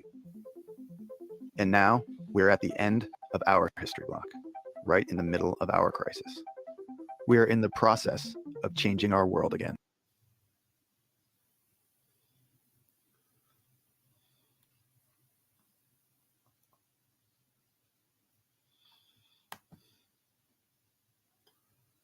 Whoa. What do you think of that? Well, we didn't bomb Bosnia as a country. We did hit Yugoslavia and Serbia and stuff, but no, I was over there. Is the reason I'm saying that. So Uh, that part's not true. Okay, yeah. Well, there's always some facts or weirdness, but I think the whole concept there is that it's all cyclical, you know? Oh, And where true. we are right now is I honestly believe that we're on the verge of World War III. Absolutely. Yeah. We haven't had a really good everybody involved war, since the 40s. And if you look at it, the 40s were about 80 something years ago. Oh, bless you. Ouch. Sorry, I had the kitty up here. Yeah. 8 is a very good number.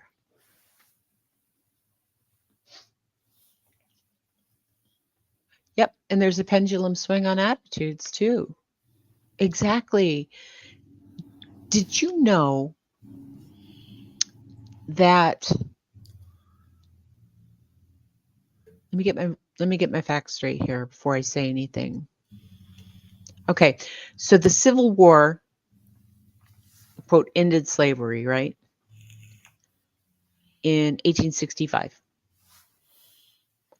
And then black men were considered a full man and not just like 3/5 of a man or whatever they were.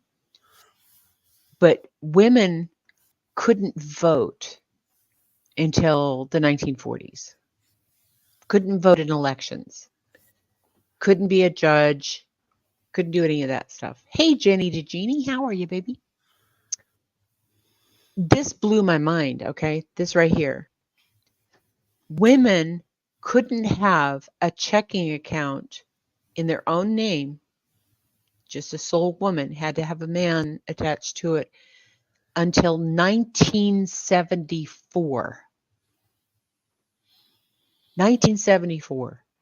And that wasn't that long ago. That's like 50 years ago. So we're looking at everything, and we look at where we are right now and how far we've come since the 80s and all that kind of stuff. All of the things that have screwed up the world have happened just recently, within the last 100 years.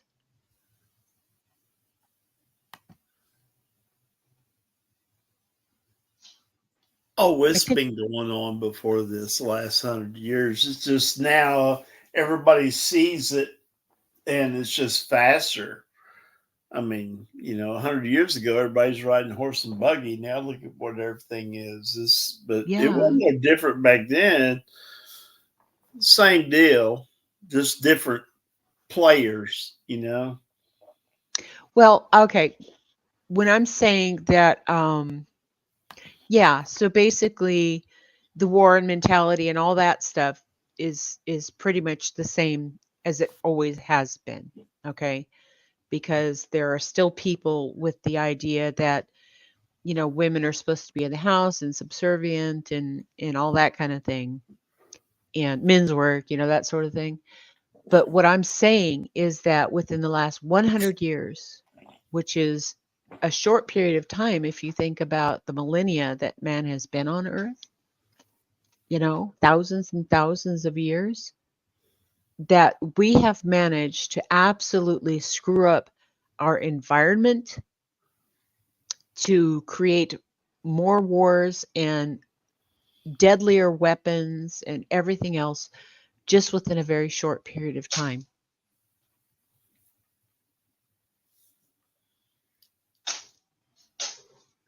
True enough.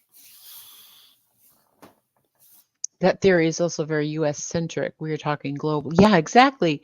Like, you know, people in Europe and in the Middle East, they have they have history that goes back before history. You know what I mean? I mean, like, what is it? Kitty, go away. The Sumerians started writing in cuneiform, what, 6,000 years ago or something? You know?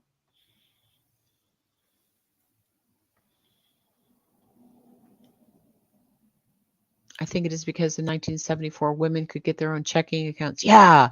And everything just went downhill from there. Oh my God. You know, but I don't know. I just look at all of the changes that are happening. And it's so quickly I've seen them happen with my eyes, and that's what's kind of freaking me out. You know, is that to watch these things in real time. That's what bothers me. And But it and just also depends on where you live, though. If you want to be real and talk real here, yeah. okay, like you go over to the Middle East right now, today, tomorrow, and get outside of the, you know, PC area, and it's summertime still over there. It's hot as hell. I mean, it's still 110, 15 degrees every day. They Yeah. will have a dog or a goat riding in the front seat of the pickup and the woman in the back of the bed. Still to this day. Yeah. And Hang if on just people don't get that about that culture over there, they need to wake up. yeah, hang on just a second, Texan. Um, Amelia, you can feel my self saying something that's going to offend people. Ta-ta for now, Burrow friends. Good to see you all. Thought-provoking topics. Excellent. Yeah, well that's kind of what the Burrow is, right? It's a safe place. I mean, we all have our own ideas, we all have our own concepts, and we share them with each other respectfully.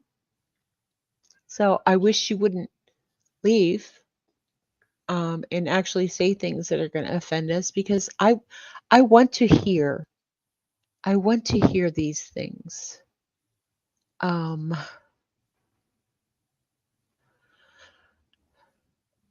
did you know that traditionally Vikings were considered backwards because they left virtually no evidence of writing, but in fact their language was very sophisticated? We all like Vikings. Oh, I'm sorry about your dad, Claire. Yes. Yes, please stay, Amelia. Yeah, that's why a lot of us live in our own bubble because peopling is hard, you know? Peopling is hard. Do we know the word xenophobia? Everyone? Everyone? Xenophobia, right? It's fear of the strange, is what that means. And when we don't understand something, we kind of have a fear that surrounds it. And whether it's a religious belief or whether it's a lifestyle or whatever, I'll wait until I'm not in such a bitchy mood, okay? Aroha mai, aroha atu. Love received, loved return. Aw, sweetheart, okay. No, I like bitchy moods. Stupid joke about women getting checking accounts. Oh, yeah. No. Was anybody offended by that? I don't think so. Yeah. Oh, I don't think it's something you said. Hey, heels. How? Oh, it's me having an ism, an autism. It's okay, baby. I understand. I understand. Yeah. You know, that's That's what the borough is for, right? Is we get together and just like sitting around grandma's table, and whether we're drinking coffee in the morning or we're drinking beers and Jack and Coke at night, um, it's just somewhere where we can talk, you know, and that's what we are here for. This is a safe, warm place.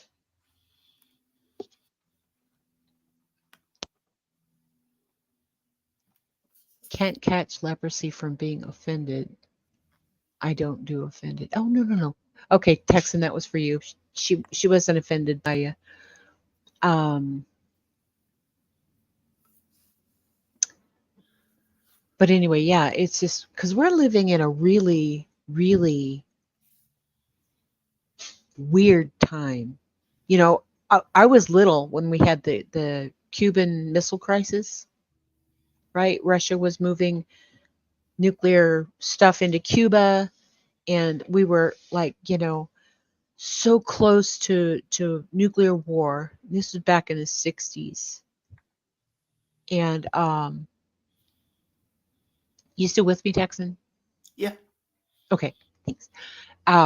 This was back in the 60s, right? So everybody was, learning how to get under their desk and protect their necks in case we were bombed. Yeah. Which, is not going to save you, by the way. Hey, Ellie. Good morning. How are you? Indy, hi. Boy, Indy's got some really good videos she's been putting out, man. So if y'all aren't over there looking at her, you should. We're too accepting of some people's perversions also. Okay, Roger. That's what I'm saying. Is that's part of xenophobia, okay? It reminds me of that saying, one man's trash is another man's treasure. That what we don't understand out of fear, we consider it to be bad perversions. And yeah, hey, that girl, how are you, sweetheart? Hey, it's 11:11 here, so make a wish. Yes. Okay, wish over.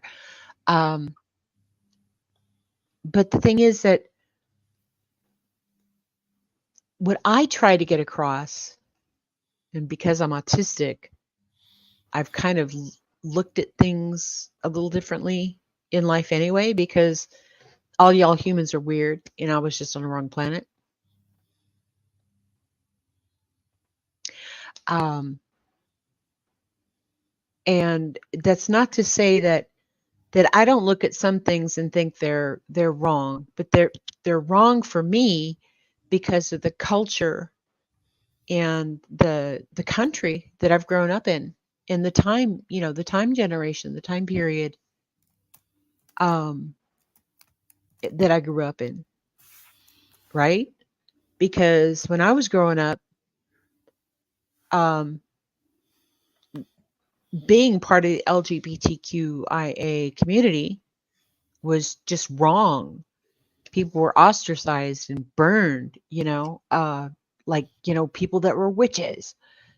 It was a horrible, horrible thing. And now society has come to a point where we've known enough people in our families and people that we work with and people in our community that are part of that community, the LGBTQIA plus community, that they're not as hated as they were before. They're not as feared. It's not like you can catch homosexuality or, transvestism or being transgender. It's not contagious. So we can actually be around these people and they can have their way of life and their way of thinking, that it's not going to affect us personally. And we're able to look past a lot of that stuff into that they're still a person. They still have a heartbeat. They still have, thoughts of their own. They still have emotions, love and fear and hate and all that stuff that we don't understand. And that's kind of the purpose of my channel, is to help us get along so that we can all sit together like a family in our nice, safe, warm place. And, we can understand each other and we can grow together. And basically, I'm not saying, toss all your morals and values to the sides. What I'm saying is that you can hold on to your morals and values and still look at people as people. I know a lot of gays that won't claim LGBTQ because they think it's gone too far. It's so crazy how things evolved over just the last 25 years. Yes, exactly. And all the conspiracy things about what's the plus for? Is that for pedos? Is that for pedos? Is that NAMBLA? No. Yes. You had an earthquake last night? Are you in Iceland? Was it a bad earthquake? Is everybody okay?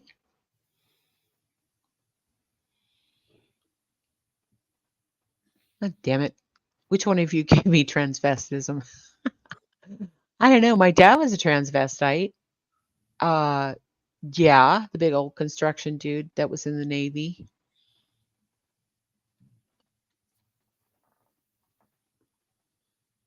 Earthquakes.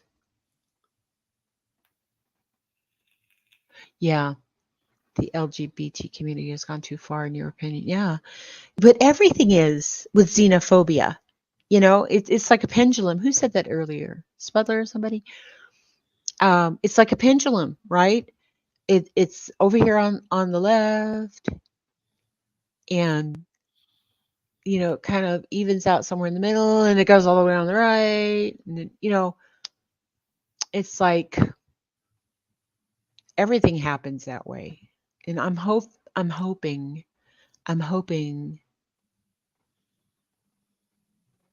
cross-gender or cross-dresser. No, a transvestite. He was a cross-dresser. No, he still identifies as a man, but during a period of his life that he was having mental health issues, it gave him comfort to dress in women's lingerie and pantyhose and do his makeup and things before he went to bed. And that was just his way of handling things, I guess. So I'm not saying that as a full transvestite, but it was cross-dressing, and he did that for his own comfort.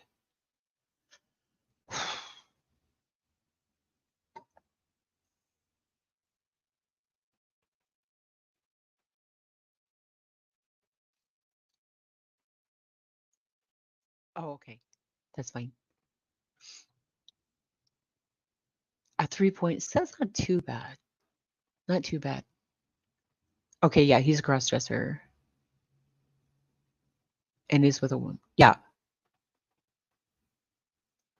Transvestite for sexual thrill. Well, I'm sure. Yeah. But oh, I remember what I was talking about. Squirrel. Yes. That when we don't understand something, when we don't understand someone's way of thinking, or we don't understand their lifestyle or whatever, there's a fear to us, that it's just a natural thing. It's like our tribe doesn't like the way their tribe uses, the feathers in their headdress, and it's weird and scary, so it's probably demonic and we got to protect ourselves. That's not the case. Grandma's here to try to help us to be better humans, to be kinder, to love one another. And we can only make our own corner of the world better. The little, the 5 people around us or whatever. If that makes a better, more comfortable thing, then it's going to spread. It's going to spread out. It's a bit like movies with aliens landing. We always have to blow them up because they're weird and different. Exactly. Oh, thanks for hopping in, Rune. Appreciate it. Have a good day. But yeah, except like E.T., he was sweet and small and he wanted to phone home.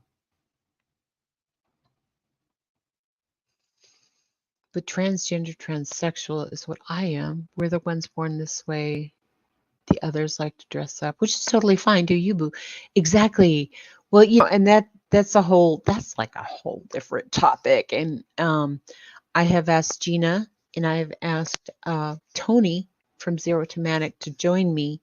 Tony's been having, well, his dad has been very sick and on hospice. And so I'm just kind of waiting, for him to be at a better place. But they're going to come and they're going to talk to us about being transgender and whatnot. And the way I look at that, just in a nutshell, is that, and the way it's been described to me, okay, because my grandson is transgender, is that it's the right spirit in the wrong body. I'll leave it there. I'll leave that there. But anyway, so going back to the xenophobia.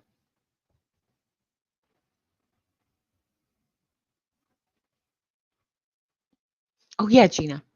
Yep. I wanted you to come. Texan left me because he had, important Texas stuff to do. But anyway, no. So when it comes to things like what's happening in the Middle East right now, remember we did the 80-year history thing, and we're now in the unraveling.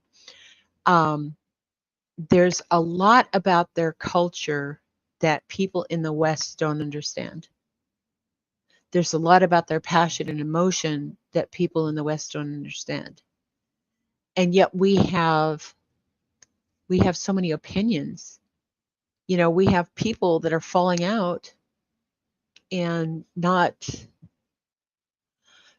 because somebody's pro-Palestine and somebody's pro-Israel and all of these kind of things. And it's always like it's like we have to choose a side. Yes, you have to choose a side, but that doesn't stop you from understanding the whole picture of humanity.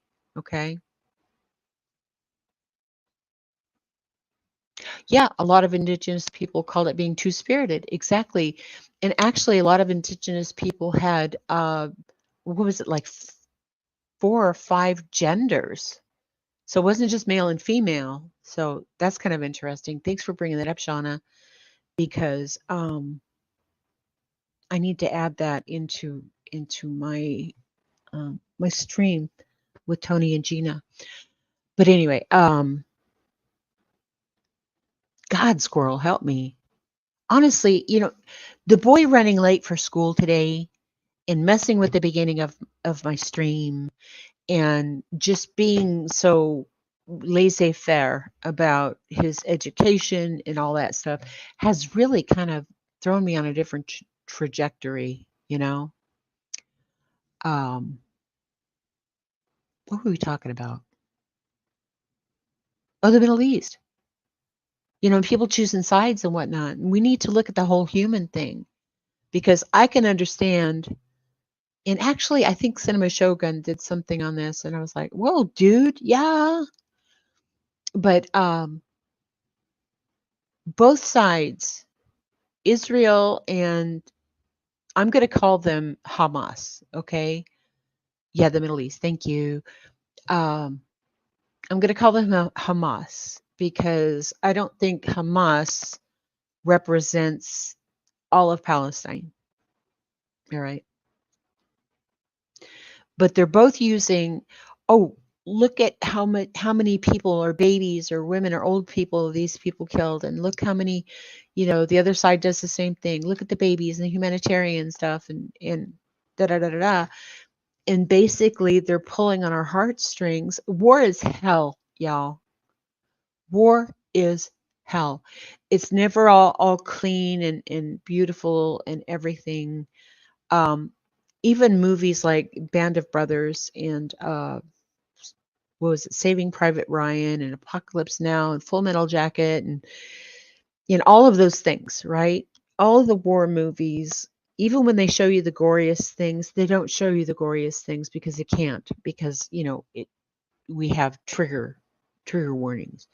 We're going to cause somebody to relapse into PTSD or something along that line. So unless you have actually been on a battlefield, which I have not, okay, but I know people who have. I know people who have trigger warning, who have had friends who have turned into pink mist because of bombs. And when you think of that happening to children and innocent civilians, it's horrible. It's horrible.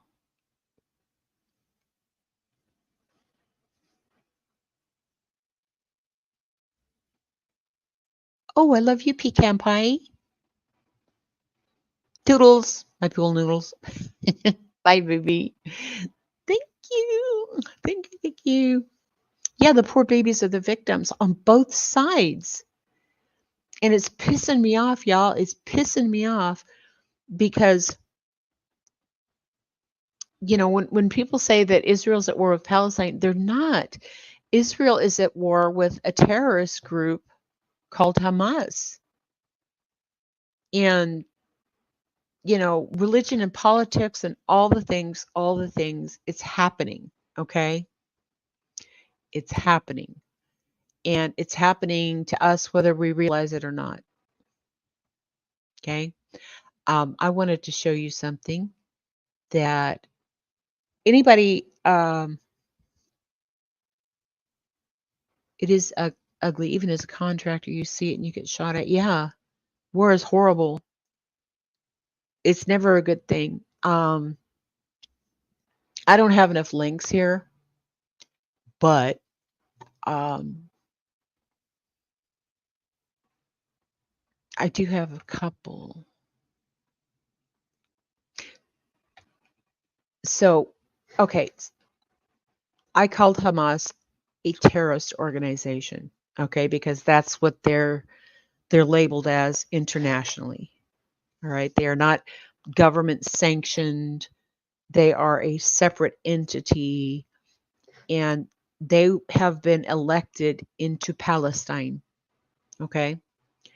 They had elections, and Hamas supporters or whatever gained power of government. But technically, Palestine has not declared war on Israel. Okay. To my understanding. Hang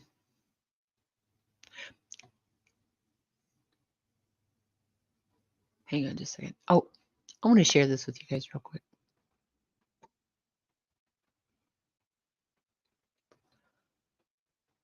Okay. Because, like I said, it's trigger warnings, and we all need to take care of our mental health. There's a lot of stuff that's going to be happening in the coming years that we have never seen before. Okay. Whether it's sleeper cells in your country that are activating and doing horrible things, or whether it's that we lose power. Some people call it shit hits the fan, right? From all of that. If we lose power and, we have to have rationing because of wars or whatever the case is, all right? We're going to be seeing a lot of things that we've never seen before coming to us. And we need to take care of ourselves, all right? You need to take care of your mental health, because if you go batshit crazy, it's not going to help anybody. It's not going to help anybody. We have to maintain our logic and our sensibilities about ourselves. That's why in my channel about, well, it's gone now, but in my channel descriptions and in every video description and in my outro, it has helplines. Okay. So if you're having fear, anxiety, if things feel like they're too overwhelming, reach out. All right, reach out to somebody, whether it's a friend or whether it's a helpline. But I wanted to share this with you because I found this not too long ago. It's an app called whiteflag.app. Change the way people in pain communicate and heal. Okay. And these aren't professionals. Okay. These are just people like we are. All right. People that understand what we're going through. So check this out. Let me make this bigger and get rid of this. There. I don't know if I can make that bigger. No, maybe not. Anyway, so it's immediate customized peer support by connecting anonymously with someone who understands your pain. White Flag is a peer support app that connects people who are struggling with mental health and addiction issues with others who have been there too. That's the burrow, right? We all get together because, you know, to support each other and to love each other. So it's changing the way people in pain communicate and heal. It's free for users and it always will be. There's no judgment, just real people helping people heal. Finding support doesn't have to be hard.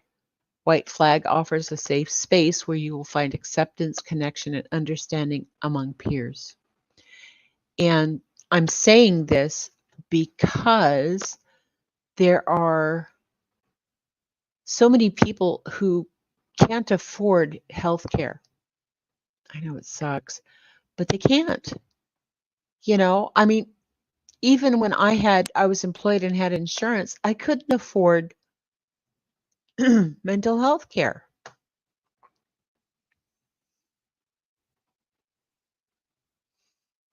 "2020 was a big awakening for a lot of beautiful souls, and I'm so thankful." Yes. What are we doing? Yes, exactly. In my opinion, war is money making for a few, and everyday citizens are the casualties, not only in loss of life, but in many other ways. Yes. Europe classes them as that. Nothing to do with Palestinian people. They are the victims. Yes. Okay. And they see themselves as freedom fighters. The elections were quite some time ago and not so free. Exactly. Mossab Hassan Youssef is. Burden, you want to come up and talk about him? Because, unless he's single and looking for an old white lady, to support. No, I don't know who he is. But anyway, so the whole thing is like with that white flag. Let me see if I got. Yes. Okay. And that's apple.com because I'm an iPhone user. But meditation is a game changer, y'all. You can do so many on here for free. It's a game changer for it is. It is. And here's why. All right. Here's why. Because when you ruminate, you think about all the bad things and oh my God, this is happening and da da da da. And it's almost like pacing back and forth in dirt, right? If you do it over and over for hours a day, day after day, then what's going to end up happening is you're going to get into a rut. Hang on, Nanya.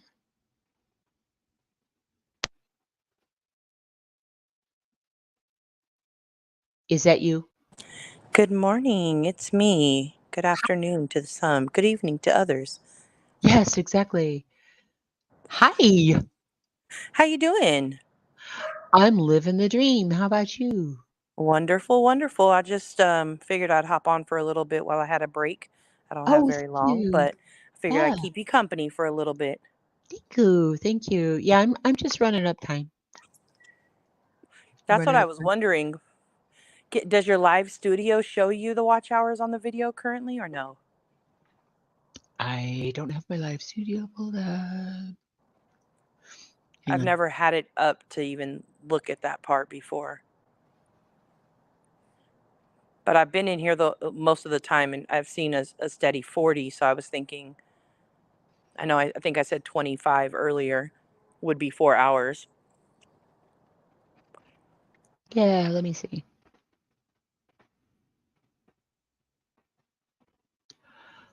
Okay, so it's gone up 2 watch hours 2 since we, hours? yeah, since we started. Oh, okay. All right. Well, you've been going for 2 hours. Huh. I don't know if later on it like calculates something else Maybe or afterwards, maybe because it actually has to calculate how long viewers stayed and watched, maybe? yeah, I'm gonna probably. have to Google it. When I get off here, I'll Google it and see Me how do too. the watch hours get accumulated. Yeah, I don't know. I don't know. You don't have a Because by turkey that hat theory, on. you'd have to be live for 50 hours. Good golly. Yeah, that kind of sucks. Yeah, that's a lot of time. It Jeez is. Louise. Yeah. Oh, there's 63. I don't know how it works. 63 likes. There's Yeah, but 63 on my end right now. Okay.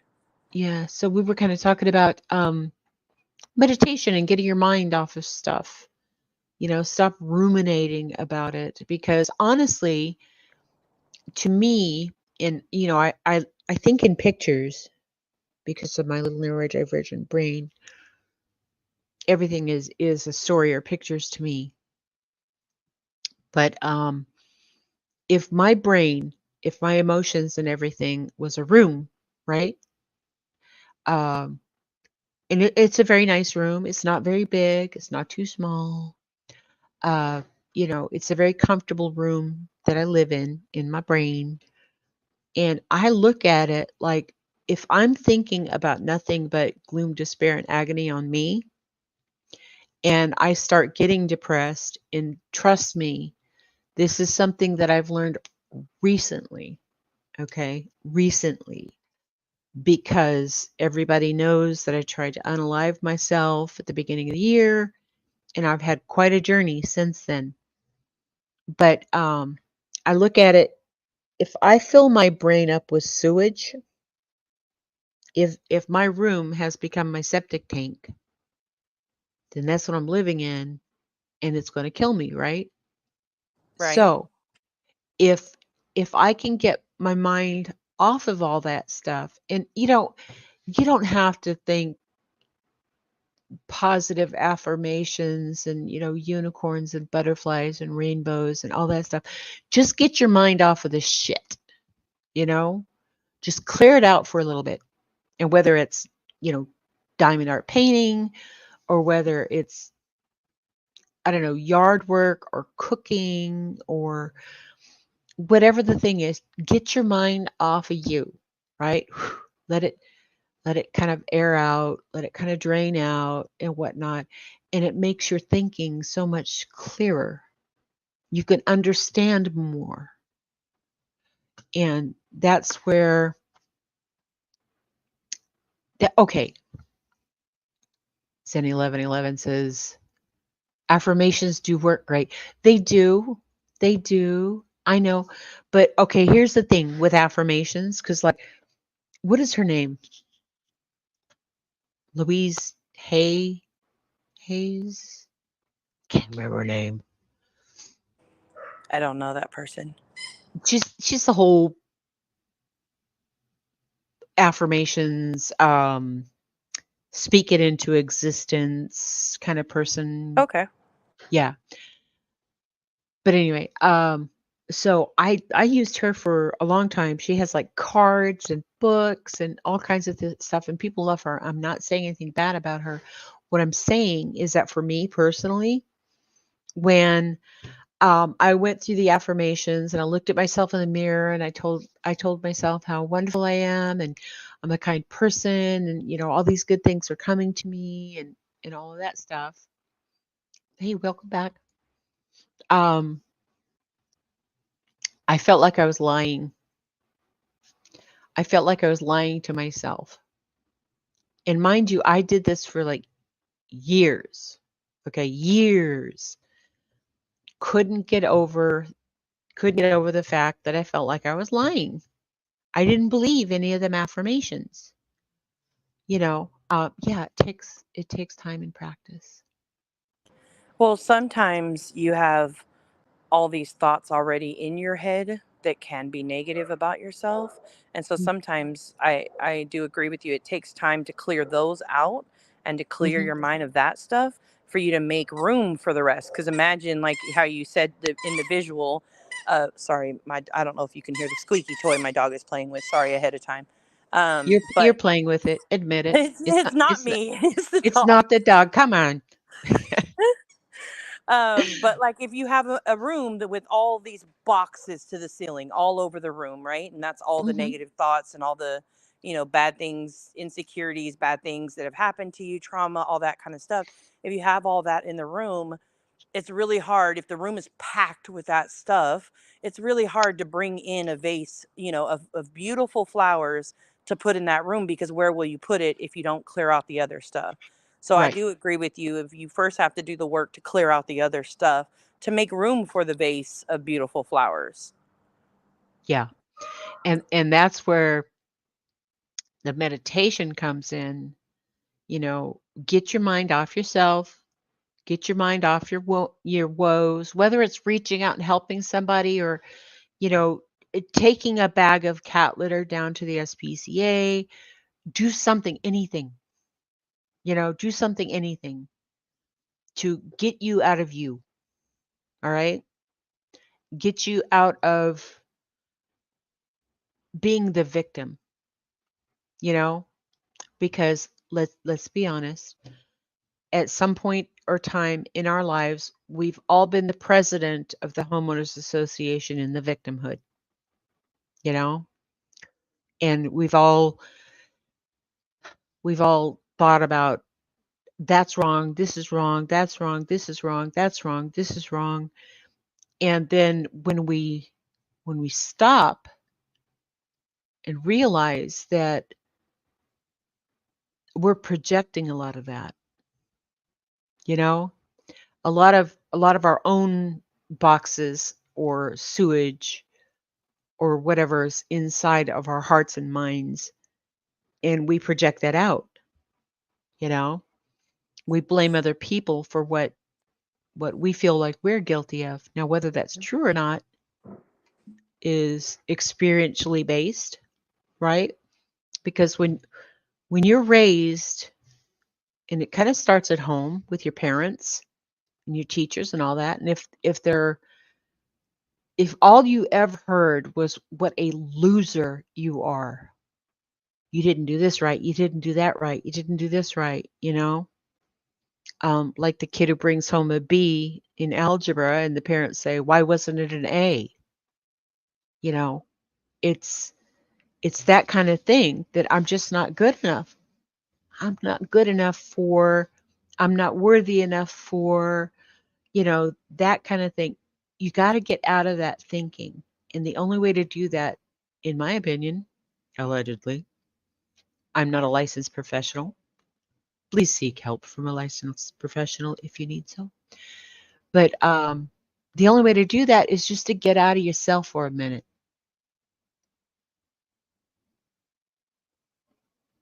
Get out of yourself. True.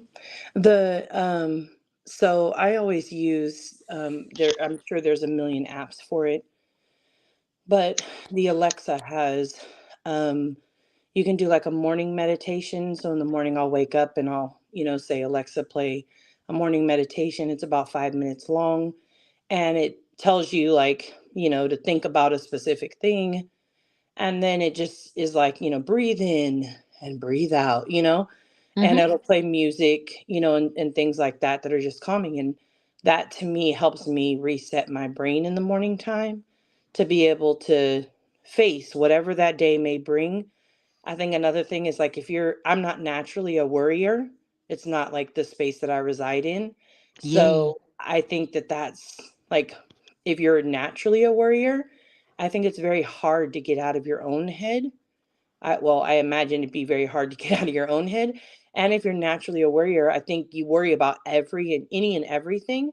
And so being able to clear your mind is almost like giving you a new freedom to not have to full on worry. Yeah. Like only focusing on what today brings. Tomorrow is a new day, and tomorrow's troubles will be there tomorrow when you get there, but Hmm. only focusing on today sometimes, and sometimes like I've met people where like they can only focus on this next minute, on this next hour, on this next day, on this next week, and they go from there as they're building. But like there's, it just depends on the space that you're in and respecting that space that you're in, not, Yeah. it's very easy for somebody like me who's not a worrier to be like, just don't worry, because Don't that's not, worry. yeah, just Be be happy. happy. Ooh, ooh, ooh, ooh, ooh, ooh, ooh, ooh, ooh, ooh. Thank you. But Yes, I can't whistle because of the wisdom tooth that numbed my bottom lip. But thank you for that. No, and that's not the whole point. And that's what I see so many people that are worried about everything. Like I was all stressed out with the boy this morning, you mm, know, and whatnot. And as I've been sitting here talking with y'all about stuff, trash in the ocean and foods being made out of plastic and bugs and cow farts and all that stuff, you know, I've I've let that go, because I was frustrated. I was angry with him, you know. And I've been thinking a lot lately about people because everything is scary. Everything's an emergency alert, you know, like everything. We have mass shooters, Are we afraid to go to the mall? Are we afraid to go to school? Are we afraid to go to a football game? You know, all of that stuff. And whether you're in a financial crisis or you're in an emotional crisis or, you can't get over grief or whatever the thing is, there's so many people that are dealing with so many things. And I want to I want to give grandma hugs to everybody. I would just want to give healing hugs to everybody, and I'm not perfect. I have admitted my foibles and my weaknesses and everything. But when when I come to a place that I understand is something that's helping me, I'm going to share it. yeah. I'm going to share it. And it concerns me because, the going switching gears a little bit and going into the YouTube streets and the doxings and the nastiness and the, she's this and she looks like that and he does this and, accusing people of being things they're not and all of that mess, right? There are people it doesn't directly affect, like subscribers, like, the online friends that we have, the people we care about and whatnot. Those people are adversely affected by that. Trigger warning, trigger warning. And the thing is that it's been making me think lately about how many people are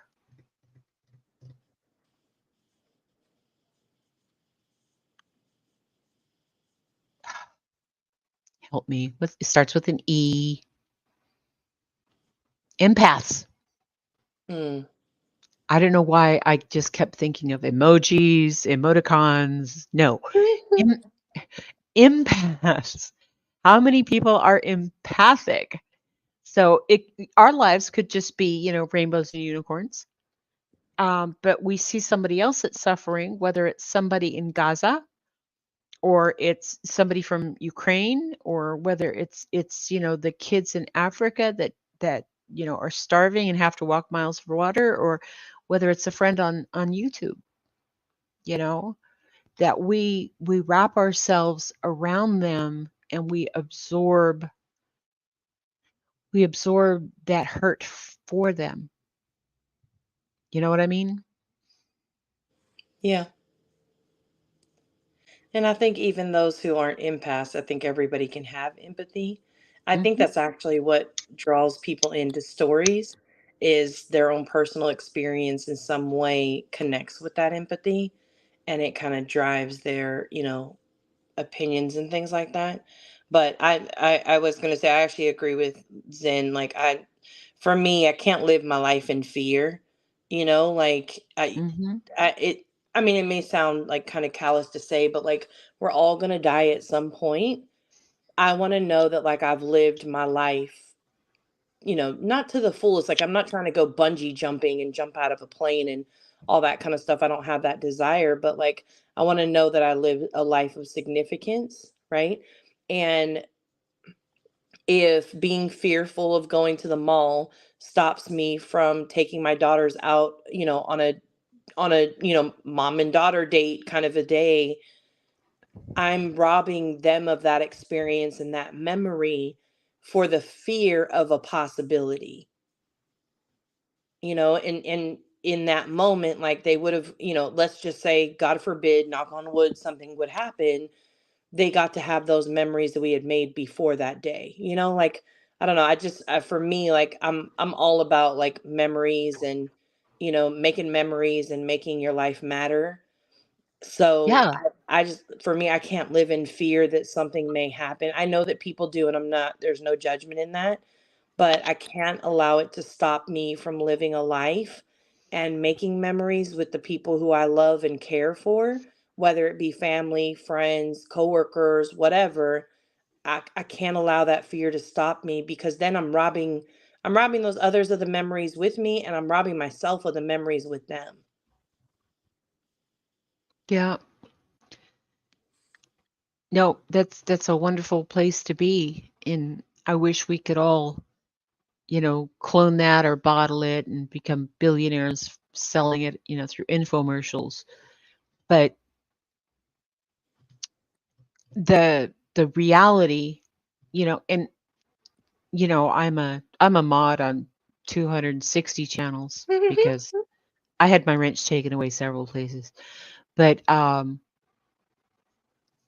then I lurk in a lot of other places, and I just see in chats so often where we're talking about something, and people are blaming mental health issues on this, that, or the other thing in true crime, or they're blaming mental health issues because of some sort of behavior or that sort of thing. And then I've seen people in the middle in the chat who are like, have actually said, I'm afraid to talk, I'm afraid to put anything in chat. Mm. Oh, thank you, AMAC. AMAC said I'll always have a wrench with her. Oh, there you go. Yay. Same. Same, Matt. Okay. 261 now. But they're afraid to say anything in chat for fear it's going to be clipped, or they don't want to go on a panel because it's going to be clipped and it's going to be used against them, and all that kind of stuff. And I don't want us to fear. I don't want us to live like that. Like Sin said, meditation and affirmations raises your vibration. And you know me in my tinfoil hat and the whole thing about vibrations and everything. I believe it's true. Uh-oh.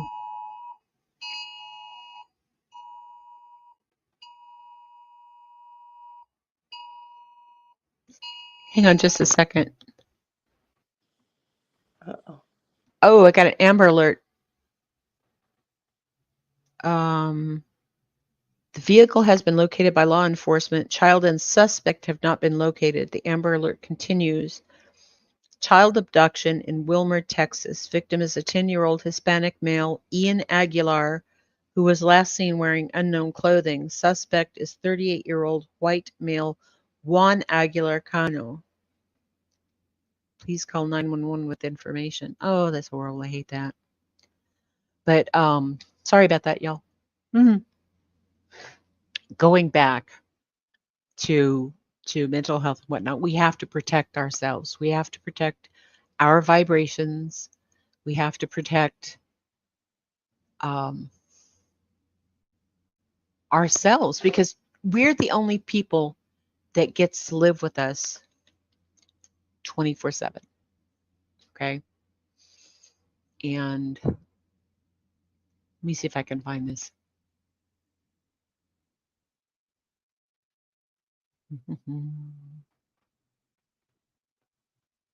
Zen, that is so true. What'd she say? She said people who are lower vibration hate higher vibration people. They So do. And sorry, that was an Amber Alert on my phone. oh, I prayers apologize. that they find him safely. It wasn't that loud, Yeah. to be Oh, honest. I mean, okay. we could hear it, but not Yeah. like it was like right in our ear. Thank you. Um, Mm, they can't stand it when someone is their authentic self. Exactly. yeah. And that goes back to that xenophobia thing. You know, if I don't understand you being your authentic self, and I can say this with 100% authority, okay, because I am autistic. And for me to get along with the humans on this wrong planet, I've had to mask a lot. I've had to pretend I was something I'm not, because I'm a huge goofball. Hmm. But so I'm a little bit torn about that part. I think that social media has played a part in people not being their authentic selves, because I think that, when it's natural to compare yourself to somebody else, right? Oh, she's Hmm. prettier than me. Oh, he makes more money than me. Oh, like that whole, keeping up with the Joneses kind of vibe, not that Joneses, but you know what I mean. But I think it's a natural space to be in. I think it takes a lot of courage, healing, and I don't know, to be your true authentic self and not care. Like if nobody likes you except for one person, right? That still is enough. If nobody likes you but you like yourself, that still is enough. And Yeah. like Zenit said earlier, your vibe attracts your tribe. But I Hmm. think that that is really like if you're your authentic self, you're going to be surrounded by people. When you are not being yourself or you're fake or whatever you want to call it, I think you end up getting surrounded by a bunch of people who like you for who they think you are. But then when they realize you're not that person, like it all comes crumbling down. And that happens a lot in friend circles, like in real life friend circles, that the girl who's trying to keep up with their friends and buy designer clothes and have all the designer handbags and drive a fancy car. Well, when stuff starts to get repoed and her house gets foreclosed on and she just can't do it, she also doesn't have those friends anymore. Hmm. You know what I mean? But truly, who knows who would have been out there that could have said, it's okay if you're broke like the rest of us. We like you still. Like there's somebody for everybody. And it is one of the hardest things to be able to just be you, like authentically yourself. Like, one of the usernames is imperfectly perfect. And I love that phrase Yes. because like every single one of us has a flaw. Every single one of us has something wrong. None of us are perfect. We all mess up at some point in time. It's how you handle the mess up that may make the difference. But like nobody is perfect. And so whoever you are, whoever you were made to be, like you said earlier, like you're still worthy of having friends. You're still worthy of being accepted. You're still worthy of being a part of something bigger than yourself. But Hmm. loving yourself and liking yourself, they're two very different things. And getting to the space where you can do both, it's a hard, long process. But when you get to that space, the freedom and peace that you have in that space is amazing to me. in my opinion. It is. It is. And to be honest with you, I think social media has actually brought more people together and allowed them that freedom to be themselves. Hmm. Because when I was growing up, before AOL and all that stuff, get off the computer, I have to use the phone. That kind of thing. That basically the only people you knew were the people, in your social circles, like at school or with church, or if you had like some sort of neighborhood cleanup community that you could join or whatever. But it was hard to find like-minded people. Hmm. You know, it was almost like an underground sort of thing. You know, if I was if I was looking for somebody who was, I don't know, like the Manson family or something. That was all word of mouth kind of thing. There's person to person type of deal. It's not like I can pull up something on Reddit and find out about all these weird underground beliefs and people who enjoy this lifestyle. So this social media has actually made it much easier for people to find people who are like-minded. And Hmm. that's what we try to do, is find people who are like-minded. Like Zen said, your vibe is your tribe. And so in a way, social media has been good for that. But at the same time, because we as humans tend to take things to extremes, you know, um, that's that's what uh, that's what makes me think. So Spudler said, I try to be my best self. Is that fake? Not sure. I never thought about it that way. I don't think so. I No. think, I think you're constantly evolving. Who you were last year, 3 years ago, 5 years ago, 10 years ago is probably not the same person that it is today. Now, if you are the same person, no judgment, but most people, they're not the same person all that time later on, because you're growing, you're maturing, you're learning, you're healing, you have all these different things going on. I think as long as your core self stays there and you just evolve to be like you're cocooning, right? Or like layers, like the onion from Shrek, there's Mhm. layers to you. And as you're shedding away those layers, you still stay an onion. You just have one less layer that's on you. Exactly. Claire, I like that too. Another saying I like, Claire said another saying I like is a beautiful mess. Yes, we are all a beautiful mess. And for a long I time, like that. when I was trying to think of like a channel name or whatever, Hmm. I thought about the island of misfit toys.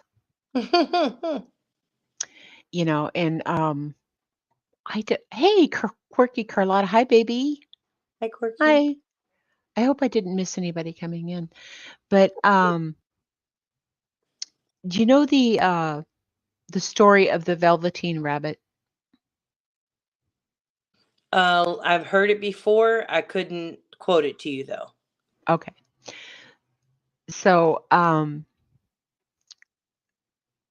basically there's a toy, it's a stuffed bunny wearing a turkey hat. There's a stuffed bunny. And when it's new, it's all wonderful and fabulous and soft, and then over the years, the velveteen part of it, the furry softness starts to wear off. And it's worn off because of all the hugs, all the snugglings, all the dragging around and sleeping with and all that stuff, until it gets to the point where, the button eye is hanging down, and all of the soft wonderfulness is mostly gone, and it's just the rough fabric that was underneath. But in the story, the child still loves that rabbit as much as it ever did, and even more. because it's so worn out, because it's been there for so long, because they've loved it for so long. So even though somebody might look at it and think, "Oh, that's horrendous, it's ugly, it's even frightening," you know, the person that loves the Velveteen Rabbit values it even more than they ever did. And that's the burrow. That's grandma's heart. The people that have been abused and hurt and have gone through medical issues and have gone through deaths and that have gone through mental struggles, that have gone through, racism and hatred and all that stuff.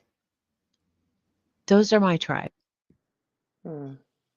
The misfit toys. Those are my tribe. And those are the people that I love the most. You said that it's a journey.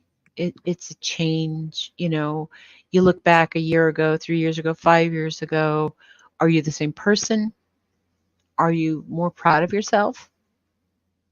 Are you happier with who you are? Or are you harder and meaner and more toxic? And that's where I'm coming from is, yesterday we may have cussed somebody out and just been, Queen Karen and made somebody's day horrible.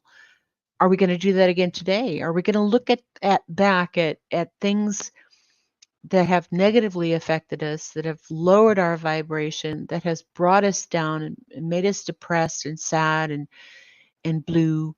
You know, are we going to look at that and say why? And that's my whole point of every stream is why.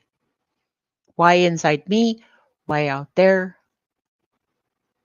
Why did that happen? And how can we make it into a better, kinder place? More accepting. And like I said, I mean, I don't agree with everybody on the planet. I don't. Some things people do, I think, that are absolutely disgusting. But I'm still going to love them as a person. I'm still going to love them as a human. Doesn't mean I have to associate with them.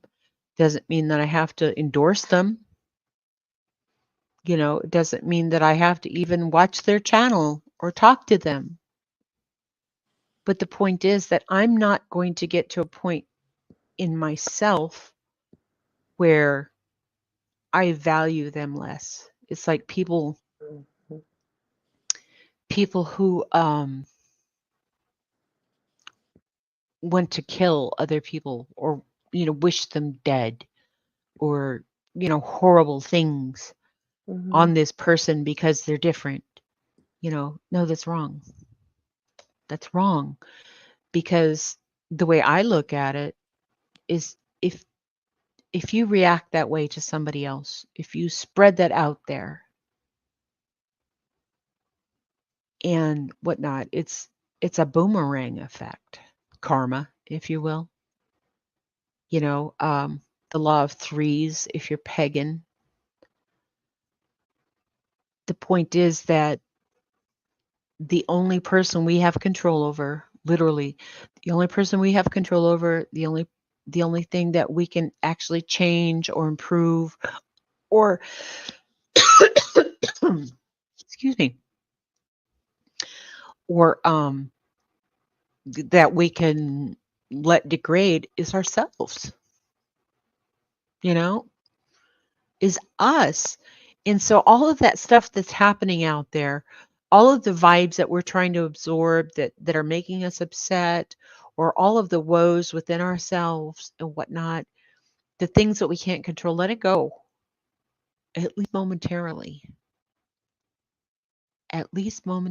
and find that moment of peace, find that moment of happiness, and find your strength from that point. Absolutely.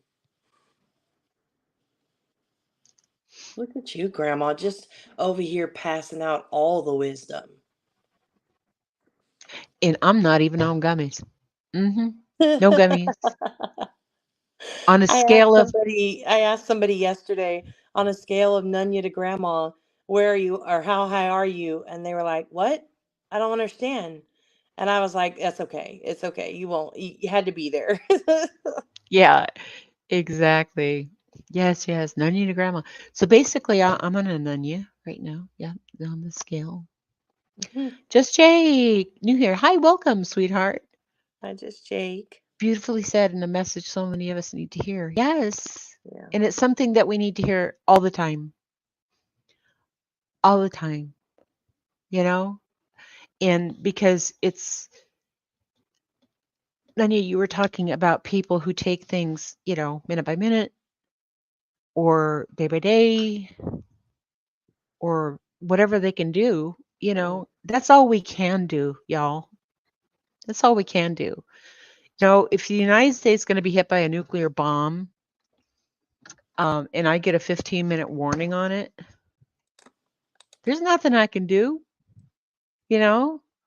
I mean, I could prep, I could get my bug out bag and have my storage and all that stuff. But why worry about that shit until it's here, you know? Yeah. Until it's actually something to worry about, like you were saying. Hey, Bright Let's Light. Hey, Evil Queen. I love that bright light. Isn't that cute? Hi. Evil Queen. Yeah, yeah. I love her. Rockabit said, I'm always in Nunya. Dang it, because it sounds like I'm missing out on something with these gummies. I'm telling you, No, not no. they make Um, the gummies sound amazing. Like it turns you into a whole other person, and not in a bad well, way. yeah, no, I don't know. Yeah, I don't know. I had to get something to drink. Sorry. So, yeah, So I'm curious, Grandma, how long are you gonna go for today? You gonna just let the fire play for a little bit later on, or you yeah. just gonna talk the day away? Probably Okay. let Yeah, the I'm here for it. let the fire go. Yeah, because we're just doing watch hours. We're just Yeah. talking about grandma shit. Yeah. I think that's awesome. Yeah, Leo. Not everybody does have empathy. This No, is they don't. true. No, they Yes. don't, Leo. Mahalo, There, Leo. yeah, mahalo. Um, Actually, I think the Diagnostic and Statistical Manual 5 has a description for that. I think they're called sociopaths. Oh, Lord. They don't have empathy. Of course, we're not diagnosing anybody. I am not a licensed professional. Uh-uh. Yeah, but anyway, so you know what? I think I'm going to do fire for a little bit. Y'all Okay. discuss amongst yourselves. I have to pee. Okay. All right. Well, I'm At gonna hop down while you do your fire then. I'll be in the TM, chat. TMI, baby. Yeah. So just talk for a minute, and I'm gonna do that, and then I'll be back, and we'll talk about some other stuff. All right. Whatever, gloom, despair, agony on me, or was the moon landing real, or whatever we want to talk about. Oh gosh, let me go get my tinfoil hat for that. Yes, yes. All All right, right. I'll be right back, y'all.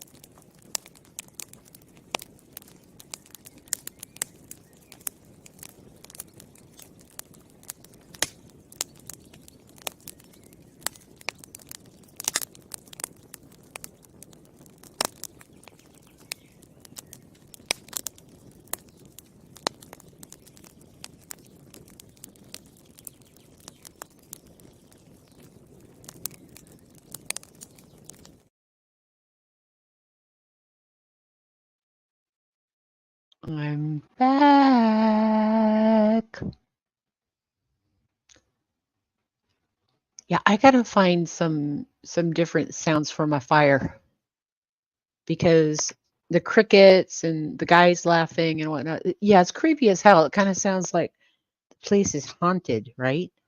Oh my gosh. What are we? Some guy sitting by grandma's fire. Yeah, get some seasoned wood. Yeah. Yes, it was one long peepee. Actually, I um I have to walk, 9 miles to the bathroom because I'm living in a garage, a former garage, and there are dogs in there. So we have to keep, things cool with the puppies and all that stuff. Yes, the poltergeist laughing.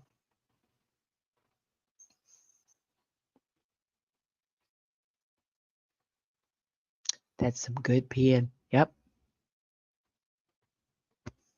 just taking a break. Taking a break. Oh, we were talking about some stuff earlier.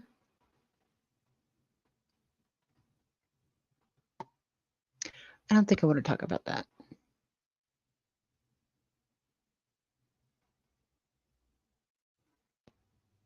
I don't think I want to talk about that.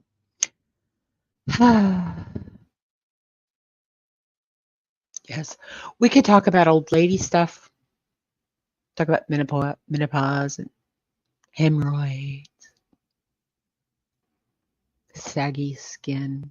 Oh, speaking of saggy skin, has everybody is everybody on the snail mucin trail? Snail mucin. You know what that is, right? Somebody was talking about it in the nasty Discord. Let me see.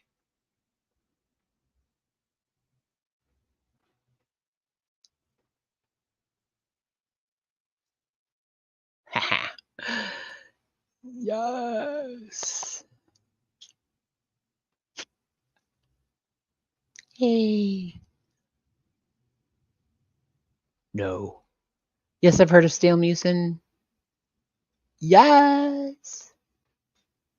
I saw a serum yesterday. Let me see. Okay, because I started doing this a while ago.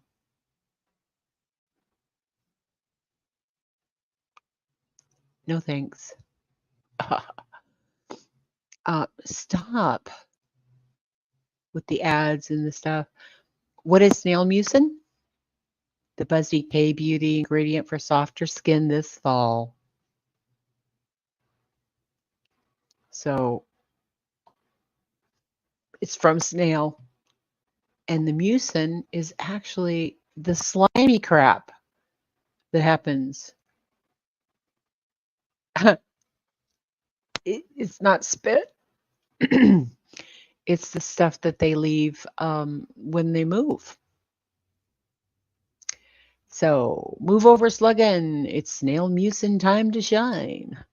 The current skincare obsession makes use of actual snail slime, aka the snail secretion filtrate, for plumper, softer, and smoother skin.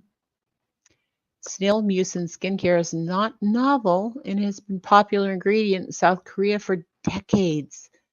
Snail mucin has been trending in Korea for as long as I can remember, says Dr. Zayan Ko Lam, a board certified internal medicine physician who is a top authority on K beauty skincare on social media. Skincare products utilizing snail secretion filtrate started coming into the US from South Korea in 2011. Hippocrates, aka the father of medicine, was reportedly prescribing crushed snail for dermatologic issues as far back as 400 BC. Yeah, I actually heard somebody call it snail jizz, but I don't think it's the actual jizz. It's just the slime that we associate with snails. 580 million views of snail mucin on TikTok It's no beauty secret, but there are plenty of questions when it comes to using snail mucin as a skincare routine. Ahead, we delve into where it comes from, its benefits, and the snail mucin products to try. While some skincare trends are simply named after the thing they emulate, jello skin, dolphin skin, the snail mucin trend actually does involve the harmless mollusks. I got to Oh, hey, there's Texan.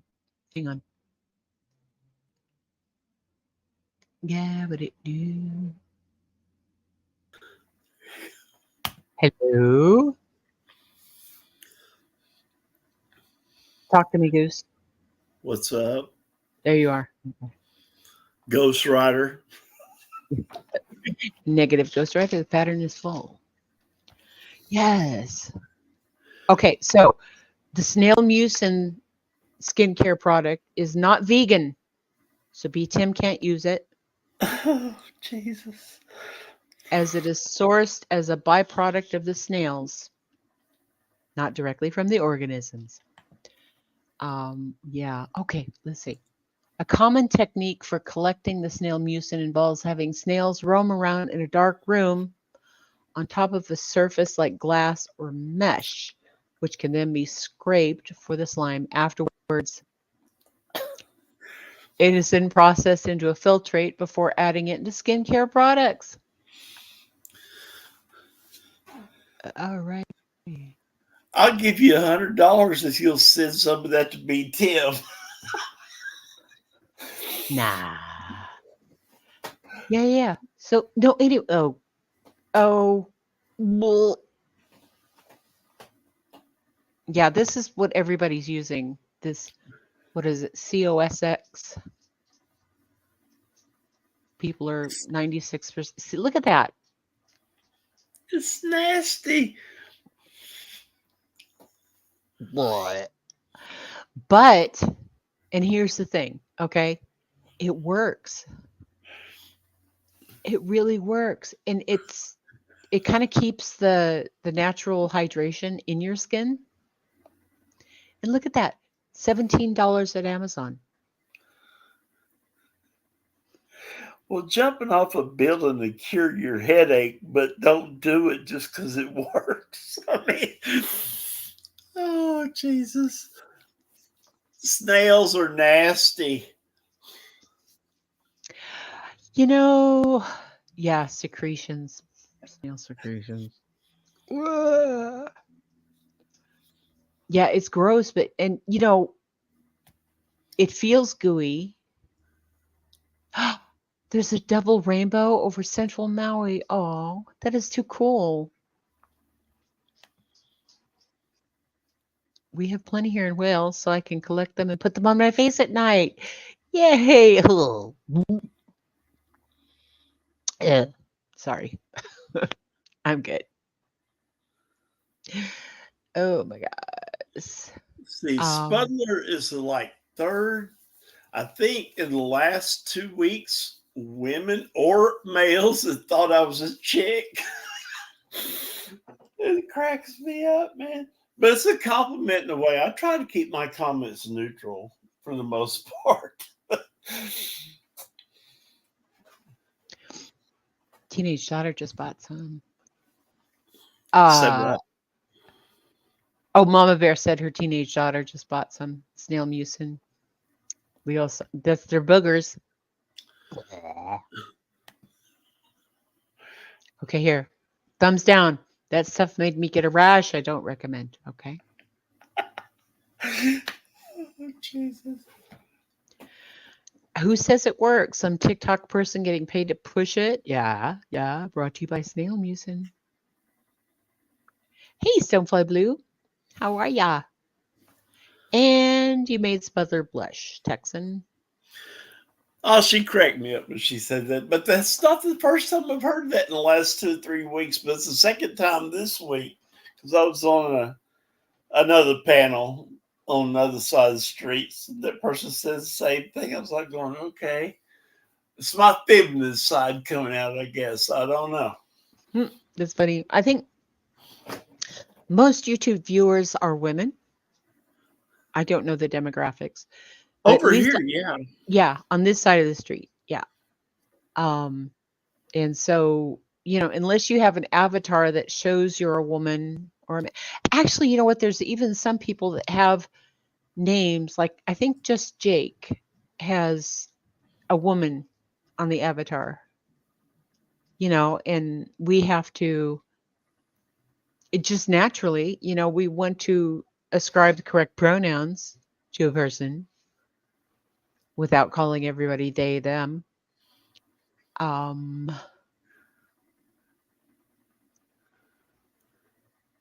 Okay, rock a bit, Jay. Are you a male or female? Rockabit is a female. Okay, I was just curious. Yes, Must be traveling some other side streets then. could be. Could be. No, I don't know who Phil. Whatever that. Godlewski? Yeah, I don't know that name. I don't know. Is he part of LawTube? I don't know either. Nope. But anyway, yeah. No, so I was talking about snail mucin, because it's kind of the thing now. And you know what I found out? I was yesterday days old when I heard about this. That if you have a hangover from wine, right? Um, or if you if you take Benadryl and aspirin before you go to bed, drink plenty of water. It actually blocks the histamines and the sulfites. Yeah, the sulfites from the wine, so you don't have a hangover. Benadryl and aspirin. I knew about aspirin, but did you know that? I'm still struggling with the hangover thing. I guess that's still that's a part-timer thing in my opinion. I had had a hangover in 20 freaking years, man. No. Yeah, well, I like wine sometimes. I don't like red wine because it always made me feel sick and like hungover. So when I read that, I was like, dude, that is too cool. Too cool. So have you checked? I mean, your stats were getting you close. I don't know that if this is weird. Hang on just a second. Da, ba, da, ba, da, da, da. Psh, psh, psh, psh.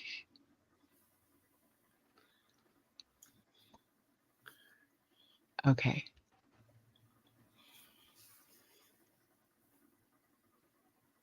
Dingbat. Okay, no, it's still saying I have 2893 public watch hours. So I'm pretty sure it just has to update, because right now it's just going on what's actually live. Know what I mean, Vern? Know what I mean? Hey, TPE, hi. Whoops. There, hi. Oh, Claire, be safe. Check you guys later. Oh, gosh. Sorry. That was my cat. I don't know if you heard that. Oh, God, he's a klutz. Has You anyone and else Minnie. becoming Cats are allergic? cool. What? I said you and Nini, and I guess also Lisa. Cats are cool. I mean, they just are. I love me some kitties. I love dogs too. Actually, I love everything except reptiles, really, and arachnids. Even though some arachnids are fuzzy. Okay. Has anyone else had experience of someone catching C and then becoming allergic to something they had all the time before? We had a man die because of just that. Huh. I haven't heard of that, Spudler, but I can understand how that would happen because as your body changes to fight off the infection, that sort of thing. No spiders. No, I don't like spiders and snakes. And that ain't what it takes to love me. Fool, you fool. Yeah, no, spiders and snakes. I like to look at snakes. There was a short today of a guy who had bred an eastern diamondback rattlesnake with something else. And this rattlesnake looked like a boa constrictor, and he was just handling it like nothing. And the rattlers on it was about 6 inches long. I mean, this snake was huge, and it never did strike this guy. I don't know if he had it defanged, which is possible. I ain't got a clue. But he had all kinds of snakes. But that was definitely a rattlesnake, a pit viper for sure. I thought he was a nut. No, nope, rope. Nope, rope. Nanya on a high horse. I love that, sweetheart. I love your high horse. I have a friend who thinks cuddling field mice are cute and cool. That's a no for me, though. Get little bunny foo foo hopping through the forest, snatching up the field mice, booping on the head. And then you also the deal with there's everybody's got like grass birds, these little bitty stickers, but there's another bird here in Texas. I don't know the real name of it, The but goat's head. it could be. But cowboys and people just jacking around wanting to pull a joke or put that under the blanket, under the saddle of a horse. But once you put your butt on that saddle, Oh my that horse God. will throw you. I mean, Yes. it gets pissed off. Yeah. Well, I decided to take a walk the other day, and I walked through a little field that's not too far from here.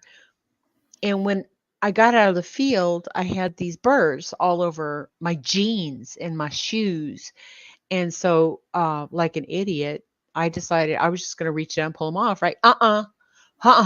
No, no, because they stuck to my skin. These aren't regular burrs. These are like demonic burrs. These About the are size of the peanut and brown.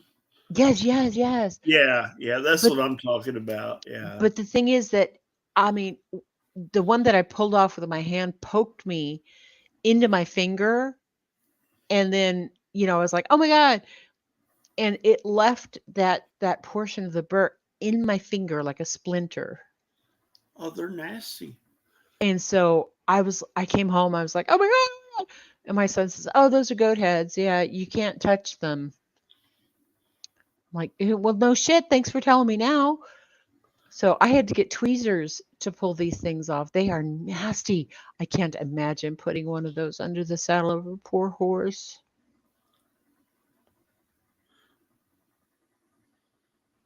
Oh, cool. AMAC. Yes. AMAC talking smack. I don't know if you guys, I kind of shared her channel here the other day, but I found AMAC not too long ago, and she's been doing a bunch of fun stuff, man. She's also the way she presents things. She was talking about some. You guys would probably know about it, but she was talking about. What were you talking about? It sounded like some show or something with the characters and say, I have no idea what she's talking about, but I love the way she presented it. Oh no. Apparently one of the C jabs we got here in UK was defective. Maybe a connection, gonna look into it. Yeah. Yeah. Yeah, so fun. You should all come. Yes, it was fun.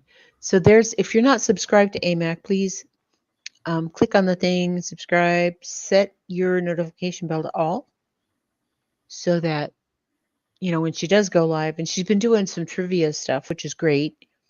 I really suck at trivia. Oh, it's a podcast drama.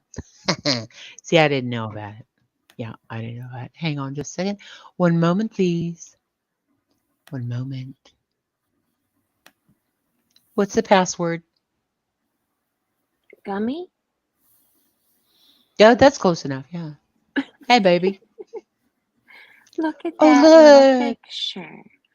Oh, that's so Nanya, cute. look how precious the little guy is. Girl, guy, Yeah. I have no idea. A Yeah. baby tree rat. Oh, look at how Oh, cute. is that a field mouse? Yeah, I'm the friend. I'm the friend. Did you boop it on the head? No, No. no. I just put it in the wood pile Oh, that and is so hoped for cute. the best. Look how vicious he is, though. Right? Yeah. Let Mhm. me see. Yeah, you know. How do I do that?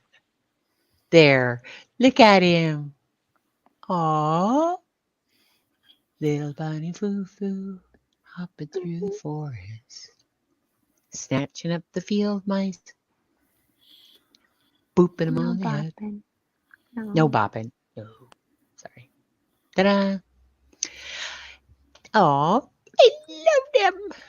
My son used to have a rat as a pet, Yeah? and they're smart. I like rats. Actually, we have 2 rats living here, but you don't really see them until nighttime. Oh, Yeah. But one is called Coconut, or they call it Coco, and the other one is called Ta-da. ta-da. Yeah. Because it hides and then pops out, or what? Yes. Ta. Yes, Oh, exactly. They have this little I guess it's like a hammock nest thing that's actually yeah. hanging from the top of the cage, and that's where they both live, right? And they've got this huge cage, with ladders and chutes and all the other stuff to it. But Shoots and ladders. yes, so Coco is the one that comes out and does the things, and just every once in a while, the other one will pop its head out, so it's like ta-da! Sorry, Oh, excuse me. bless you! Yes, yes. I cleaned off the top of the refrigerator. That explains that. Oh my goodness. I'm fairly tall for a woman, but I'm not tall enough to see the top of the fridge. So when I have to get up there and find something that's moved too far back or whatever, and I actually clean it every once in a while. Oh, oh my. Hmm. Oh, you'd like Yeah, to hear about Green's flowers? Yes, she has a garden. She has a magical, magical garden. magical. Hi, True Texan. Long time no hear.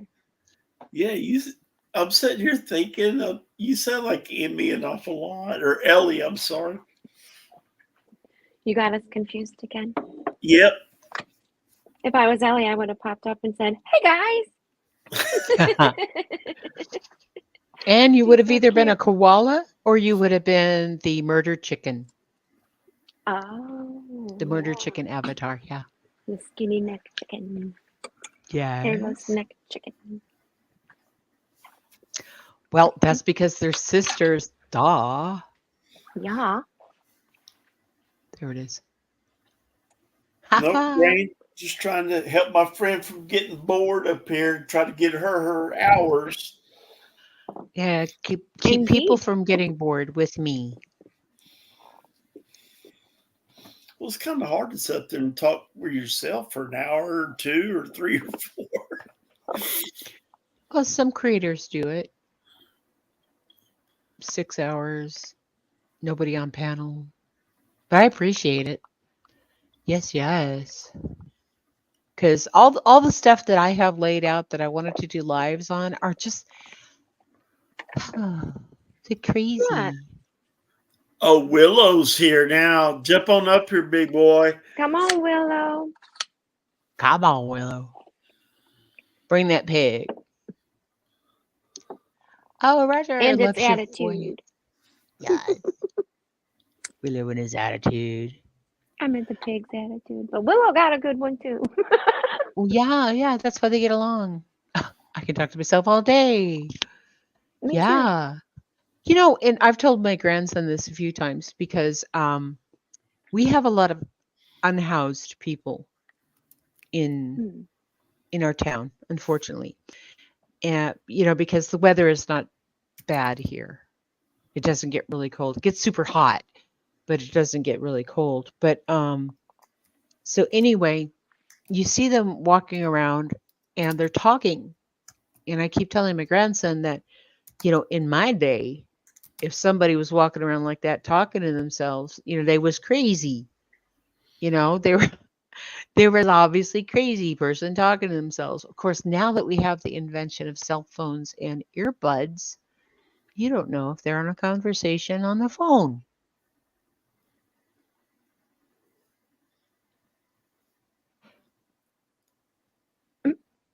My husband always asks, "Are you talking to me?" I don't know who you're talking to.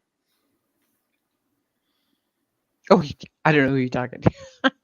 Mhm. Well, a long time ago when the earth was green and cell phones and Bluetooth and stuff were new, I remember my first experience of that when I was in the freezer section of like Walmart or something. And remember me telling you that people will ask me to get things off of the top shelf, or then they start Yeah. telling me about their life story and whatnot. So, I was grabbing out my chicken tendies or whatever I was getting out of the freezer section, and there was this man who was like maybe 4 or 5 feet away from me, and he's talking. So, you know how you don't know if they're talking to you, but you kind of recognize that somebody's speaking, so you direct your attention to them just in case they are talking to you. Um, and I said, "I'm sorry." And then he said, I wish I could remember the conversation, but it was almost like those ghost hunter things where they're talking to a spirit box. It's like I asked a question and then he responded. And then I asked another question and he responded back to me, only he wasn't talking to me. And then he realized that I thought that he was talking to me. And he does the weirdest like miming charade sort of thing, like, oh, he's on the phone. And I was like, what? Oh my God, what's going on in world? Oh my God.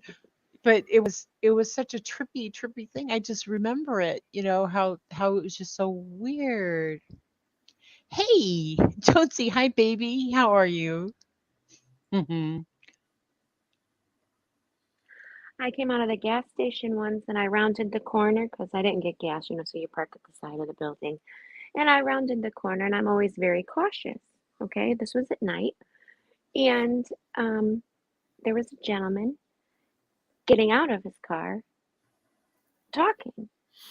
And I didn't know if he was talking to me or what he was doing. So I must have made like a look, because I'm checking you out anyway, because you're parked right next to me and it's nighttime. So anyway, he then said something to me. He's like, "I'm not crazy. I'm on the phone." Right? Because I must have had a look on my face. Oh, okay. And I just looked at him and I said, "Can you see me?"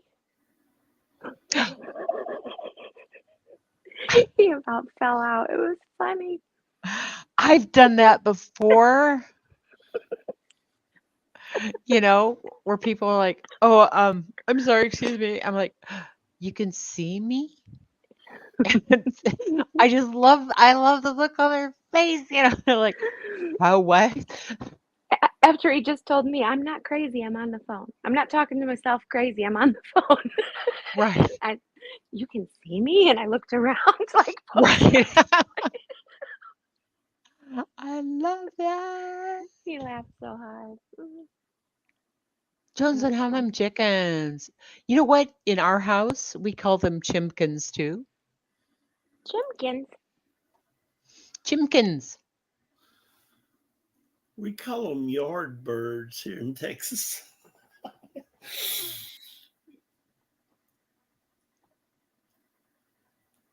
Leo the Lioness. No disrespect, but that cashier who wants to talk for 20 minutes, or the kids from high school whom I haven't seen for 20 years, etc. I dodged lots of conversations that way. Yes. A burden. Similar to thinking that someone you don't know is waving to you, so you aren't sure why, but not to be rude would affect. Then you realize they're waving to someone behind you that they actually do know. Yes. I do that all the time. I see somebody waving. I kind of look around, like I'm looking for the sniper shooter or something. But I look around and then I go, oh, hey, just in case you're waving at me. Hi.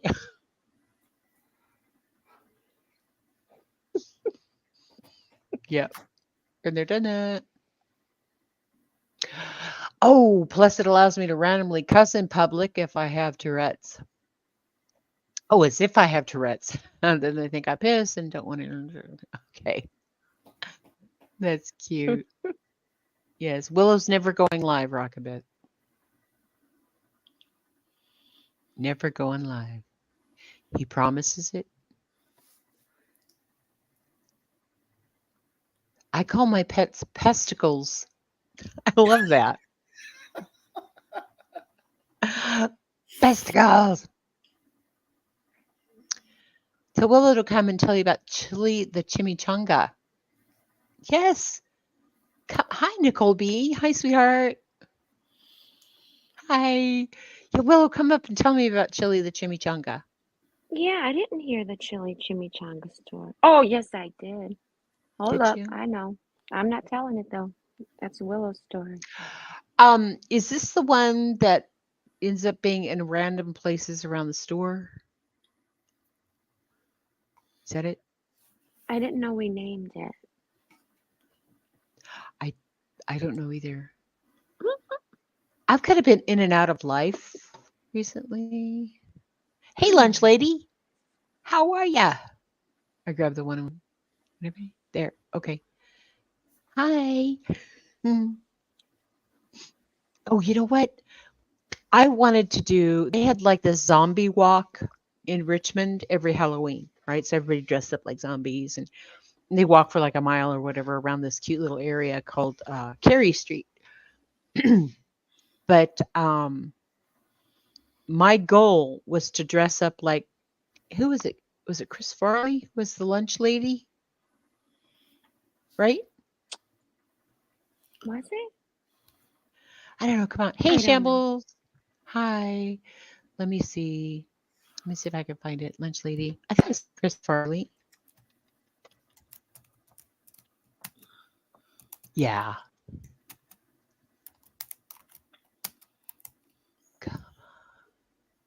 There. Here he is. Let me share him.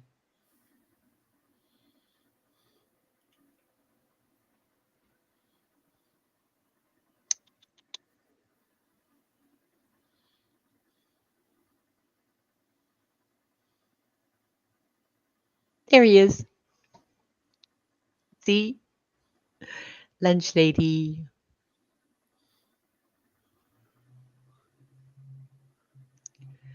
Anyway, so I was going to dress like him as a zombie.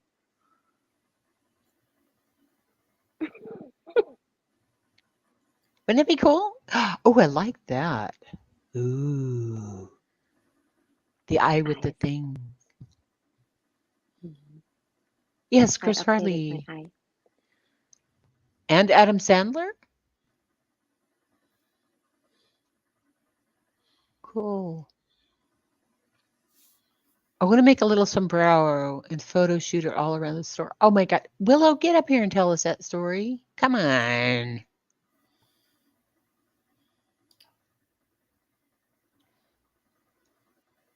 Kevin Farley. He was in the MTV boy band Together. Okay.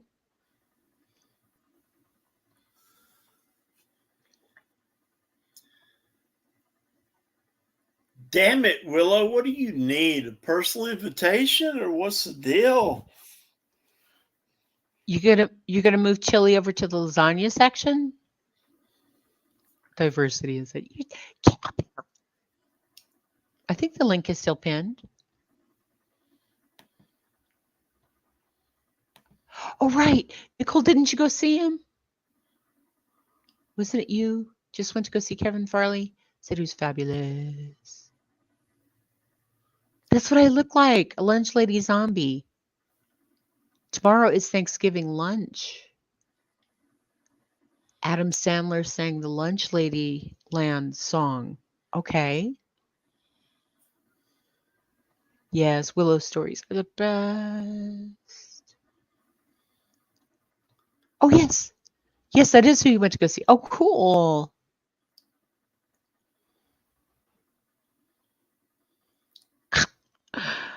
Nanya, perfect. The chimichanga could go to the TV dinners to get in some watch time. Thank you. Oh, you could share your Walmart story, Grain. Walmart. Oh my gosh, no. Okay.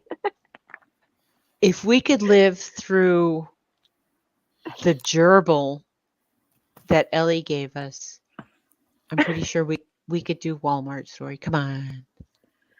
Okay. So, me and my husband are shopping at Walmart, and we're usually kind of not together when we're shopping. Like he has the buggy and I'm grabbing stuff and distracted and okay. Anyway, I go down the frozen pizza aisle and I had partaked in the ganje. So anyway, I go down the frozen food pizza aisle and I notice a gentleman standing awkwardly in front of the cooler. Like down the aisle, opposite side, just staring into the doorway, like the where you open and get your stuff. Anyway, I think really nothing of it. I just a glimpse and thought, odd, but I'm still looking for my thing, right? So my husband wheels the buggy around. He's coming down the aisle, and all of a sudden he says, "What the fuck is this?" Oops, sorry. And he's lifting up his shoe, and I look, and I said, "Oh my god!" And he Trigger said, warning. "Tell me." He Trigger said, warning. "Tell me it's chocolate." I said, "That's not chocolate." And I look, and he had very little on his shoe, okay? But like he kind of slipped a little and was like, "What is this?" And I look, and the buggy wheel had gone through and smeared something across the floor. And now he has stepped in it. And so I look down the aisle to where the gentleman was standing, and I see something on the floor. So I walked down a few feet and I said, "That's shit." Someone dropped a deuce in the frozen pizza aisle at Walmart. No. Oh my And my god. husband ran the buggy through it and then stepped in it. Anyway, so then he asked me, "Did you see that weird guy?" And I said, "I did. Was he still here when you turned the aisle?" Because like I just went to like looking for what I was looking for. And he's like, "Yeah." He's like, "It was him." And I said, "It had to be. This is exactly where he was standing." And I was like, Anyway, so I go to report it. I see, because it's close to by where the employees come in and out, like the shipping bay or stocking, whatever. And I walk up to the guy, and now, mind you, I'm high. So while it's disgusting, I'm laughing. Like, Right. I'm just like, what just happened? And I'm Right. laughing. And I'm like, "Excuse me, you have a cleanup in the pizza aisle." And Oh he's god. like, "What?" And I said, "Yeah, you have a cleanup in the pizza aisle." And he's like, "Man." And I'm like, "Oh, man is right." I'm like, "Oh, wait a minute." Oh god. Oh god. No. Before you go,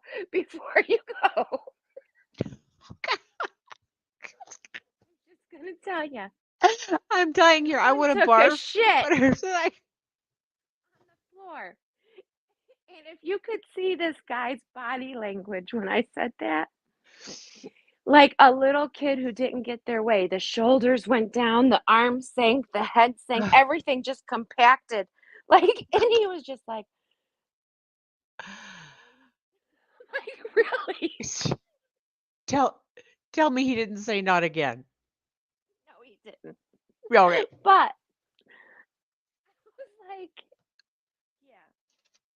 So he tells somebody, okay, who's passing by, and I'm still laughing. So I'm just sorry, sorry, but sorry to tell you this, but and then my husband makes his way over to us, and he's like, "Yeah, you got to clean up." He's like, "Come on," I'm like, "Oh, it was hilarious." So then, anyway, we go to the checkout, and we see the guy, and my husband's like, "Isn't that the guy?" I'm like, "I don't know. I need to see his shorts." So I look, and I'm like, "That's the guy," and he's in the self checkout. And so I'm still laughing as we're putting stuff on the conveyor belt and the lady's checking us out. I'm still laughing. And so I try to tell her quietly, which my husband told me I wasn't very quiet about it. But I'm like, we just had to report that guy over there shit in the pizza aisle right at the floor. And she's like, he shit in the pizza aisle or poops? I'm like, yes. And so someone else comes up and says, someone just left at the self-checkout without paying. Their card declined, but they left anyway with the cart of groceries. Oh. And I'm like, which register? And she's like, the one right there. I'm like, that was the guy who shit in the pizza aisle. And she's like, someone shit in the pizza aisle? Oh, God. God. Anyway, then No. later, I'm like, oh my God, they probably think it was me. They probably think it was me because I look to see what I have on. And I have on a summer dress that's to the knee, but it's just like a kind of like a baby doll dress that's just baggy and hangs. And I'm like, Right. it would be so easy to shit. Oh, God. And the fact that I'm laughing, they probably were like, she made this shit. Anyway, Don't you just love that when you're trying to be discreet? You're like, somebody defecated in the pizza aisle. And then you got someone who goes, somebody shit in the pizza aisle? yes. Yeah. Yes. And that's when the other lady was like, well, somebody just left the self-check without paying. I'm like, it's the same guy who shit in the aisle. It's the pizza aisle shit. It was funny. It was very, very funny. And then That later, I posted it on our community 411 group for our town. And I was like, come on, people, we can do better, right? Like, anyway, someone posted like 2 hours later, they went to Walmart and they posted a picture. And I mean, they were fighting over who was going to clean it up too. All of this happened in such a short amount of time. But the guy's like, I'm not cleaning that up. The guy who walked up to him, who was also an employee, is like, I'm not cleaning that up. And then here comes the guy who comes out of the bathroom, which is up where we check out, right? So he's like the janitorial staff, right? Taking care of the Walmart. And he goes, pushes his cart into like the other bays up front there, comes out with his jacket on, and they tell him someone has defecated, like you said, in the pizza aisle, and we need that cleaned up. He's like, I clocked out. I'm clocked out. Like, nope. I think he heard us talking about it at that register and was like, I'm done for the day. He come out of that bathroom, put that cart right in that other bay, got his coat and was leaving. Oh, God, yeah. Everybody clocked Anyway, out. Everybody clocked out. So this is like 2 hours later. Someone posts a photo, and all they did was take a box, a cardboard box, and put it over top. Opened up like over top. Oh my God. Yeah. So they were just going to allow it to sit there until This was what? 2 hours later. That's crazy. So I don't Oh know my. how long it sat there. Maybe they left it for people who clean overnight. Does that happen? I don't know. Yeah. I I don't know. I, I, I don't but think I've ever nobody worked got paid retail. enough for that day. Oh hell no. Oh hell. Yeah. Walmart. Watch for falling prices and turds. Roll back your God. undies and just let it out. Oh my god. Like, was he wearing shorts? Now I have questions. And like the baggy, like all the way to the knee shorts. Oh. Mhm. Oh. So he must have went down that aisle to shake it out his drawers. I don't know. And then here I come, and he's like, "Oh shit," literally. And he went and stood in front of the cooler, like he walked as far as he could, and then was like, "Okay." I'm assuming he was thinking, "Oh, this is mushing with every step I take, so I just got to stand here." And then we were there forever. And then when he knew we were on to him, because my husband stepped in some shit and rolled the cart through it, he was out of there. But he didn't forget to shake his pants out first. Oh god no. Okay, in all Roll back your seriousness, undies. poor guy. Yeah, roll back. They're always rolling back. Left it for the hazmat team. Call 911. Call, call 911. Oh, Yeah. yeah. We're not properly trained to dispose of biohazardous material. Mhm. And so on my community post too, for the 411 page of my town, I put a meme of a piece of pizza, and it says, "You're a piece of shit." Oh god. I want to see that. That's cute. Yeah. No, there's yeah. Mhm. Oh boy, that was I mean, that is trigger pretty warning. gross, but I mean, I had to laugh. I just did. Yeah.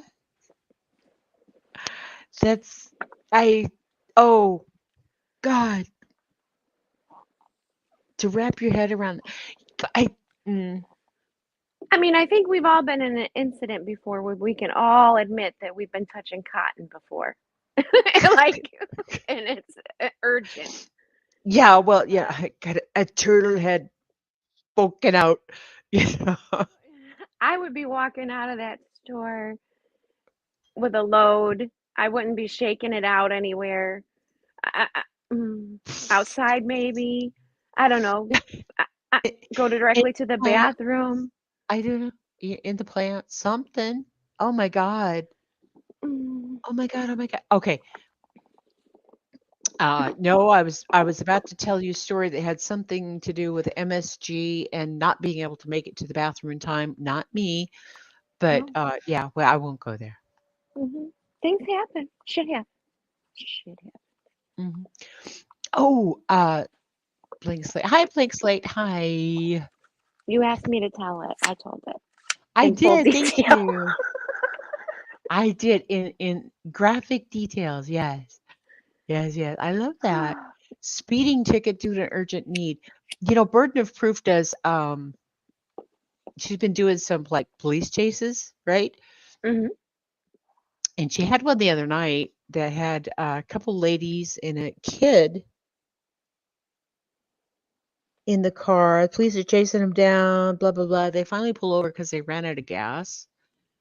And their excuse for speeding at like 110 miles an hour is that they were running out of gas and they needed to get to the gas station. Come on. Oh, um, faster you go, the more gas you use. I would think so. We call it prairie dogging it. Prairie dogging, touching cotton, whatever. Wee turtle head poking out, whatever you choose to call Hurry and get home. I'm prairie dogging. it. Okay. I like that. Rockabit says, I have to Oh pull over no. and find trees, but definitely not in a cemetery with Burger King napkins. Inside joke. Oh my God. Or after a stop at White Castle.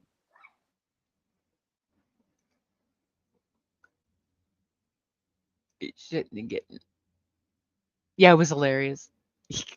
Did you just say shitting and getting? Yeah, that's what Willow said, shitting and getting. Yep. Oh gosh. Hashtag shitting and getting. Stop. Where did Don't True mind. Texan go, and what town does he live in? Because he jumped off of here right Yeah. Oh, all right. Conspiracy theory. quick. Comma space. Sorry. Sorry. Yes. True Texan jumped down with the woman. Mm-hmm. He's like, I can't handle this one. Yeah, no, he left something in back chat that said, "Gotta bounce on that one, Grain." Yeah, he expects me to be more of a lady.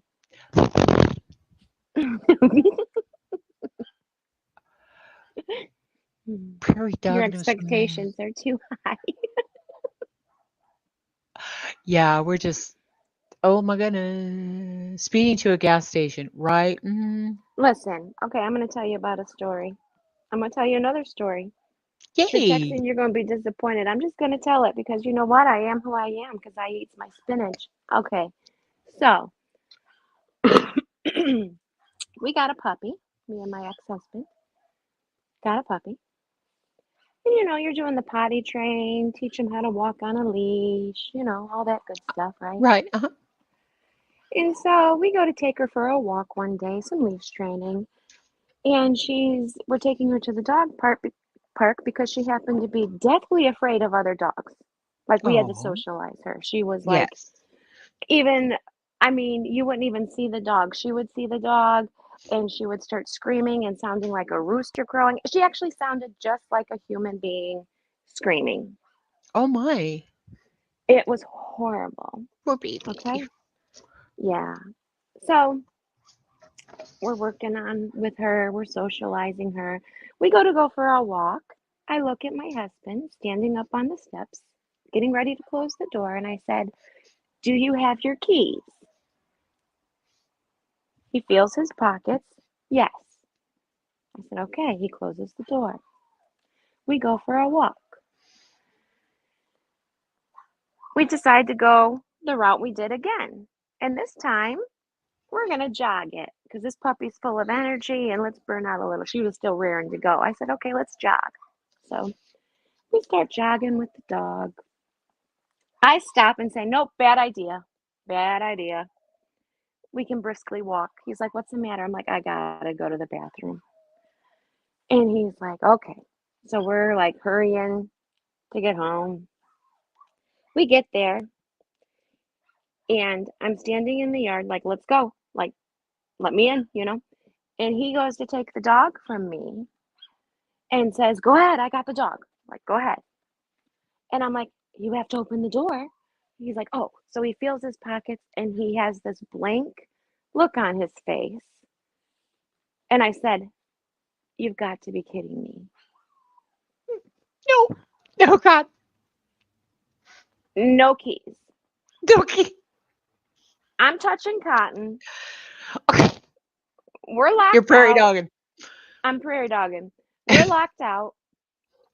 And so he goes around to the back door, just in case for some odd reason we left that open. Nope, locked. I look at him and I'm like, OMG. And he's like, "Well, let's just walk over to the gas station." Okay, that is like a half a mile away. And no. Anyway, so, and now it's getting dark because this was like at dusk. Now it's getting dark. And he calls his parents because they have a spare key. Well, his parents just moved. So they're like, "We don't know where the spare key is right now." So Oh, they're God. desperately like looking for it. No. And when they find it, we'll bring it over. And like 15 minutes goes by and I'm like, we could have walked, I guess, to the gas station, but Right. like walking felt like that was not going to be good. So Right. anyway, he pulls the barbecue grill over to the kitchen window because it's open, but it's up too high and he can't pull himself up, right? So Mhm. he's like, you're going to have to get on the grill and I'm going to have to push you in the window. And I'm like, that's not going to happen either. Anyway, I was just like, okay, so I go behind our shed. Okay. Now this is an apartment, like townhome complex that are all in like that U Oh shape. no. Okay. So Yeah. me going behind the shed, anyone could walk out. I mean, it's dark, but potentially if you turn on your outside light and come out, you're going to see me. Okay. But I have no choice. Okay. So I go behind the shed, lean up against the shed, God. right, in the Oh squat no. position, and just free myself. I'm just like, okay, this is it. Anyway, I come back, and the husband was on his phone with like his sister, his parents trying to get a key, right? Right. And I come back from around the shed, and he's hangs up the phone, and he looks at me, and he's like, "It's not my fault." And I said, It's not your fault I have to shit, but it absolutely is your fault that we're locked out." Right. That I had to sit behind the shed. This is when he comes up with the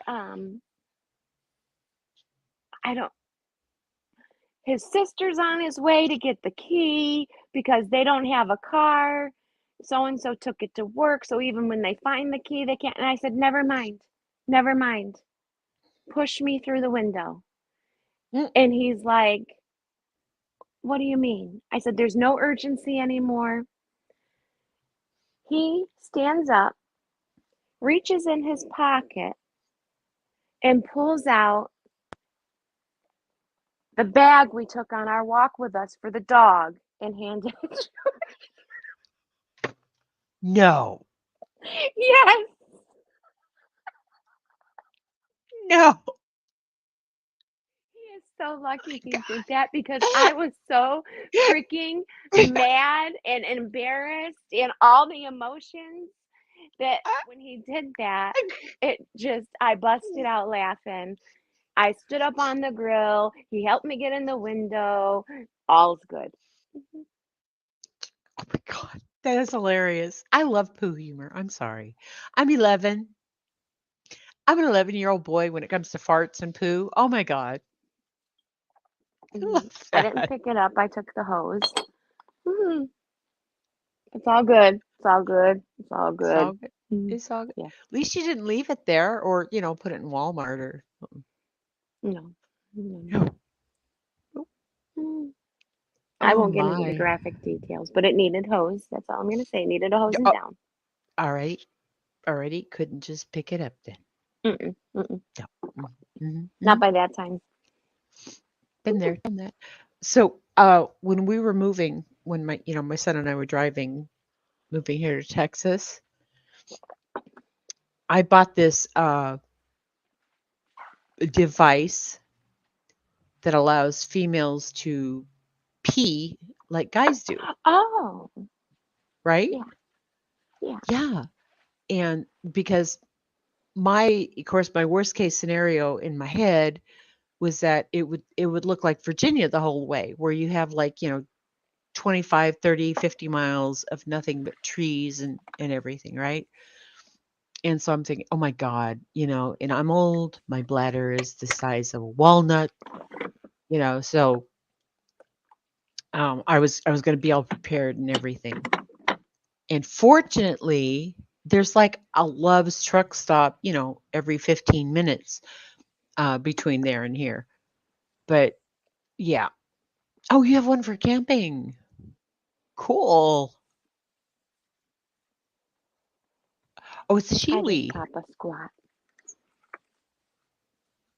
Yeah. 100%. Poop and farts will always be funny. Oh, have a good day, Zen. Thanks for coming in. She's out too. She's going to meditate. Woosah. Om Mani Padme Hum. Om Mani Padme Hum. Yes, yes. Well, okay. We've been on for 4 hours, 23 minutes. I think I might have my watch hours. It won't actually, I don't think it'll calculate until tomorrow to see if that's the case. It's not real time for you. No, it's not in the studio because it just tells me how many hours I've been on now. Mm. So it's like, one person watching for 4.5 hours. Um, so I'm hoping that it's going to contabulate overnight and that tomorrow we'll have members. I don't know. Did you say contabulate? What's that? Did you say contabulate? I did. Wow. It's a new word. It's a new word. Is it a word? Well, no, it is now. Okay, contabulate. Calculate, confabulate. I don't know. Contabulate. Contabulate. I Yes. like it. I like it. Two of my grandboys a couple years ago thought that poop fart talk was the best since it made their mother kind of sick, angry. So she bought the fake poop and put it on one of their beds, and it was wrong choice because he puked. Oh my god. Whoop. Oh my I god. He did an amber I, turd. I would rather I'd rather clean up poop than puke any day. Any day of the week. Nope. I'm a sympathy barfer. Mhm. You know that you always had that friend who like held your hair back when you were gonna puke. I can't do that. Mm-mm. No, because I'm going to join you. Me too. Yeah. Yeah, no. No. Yeah. Well, tomorrow, Mm-mm. if I didn't hit it, we'll just come back and hang out again. Sounds good to me. Oh, Sounds good to me. hooray. Yeah. So I got to go pick up the boy from school in a little bit. Gonna grab something to eat, maybe. You still have a appetite? After your stories? Yeah. Yes.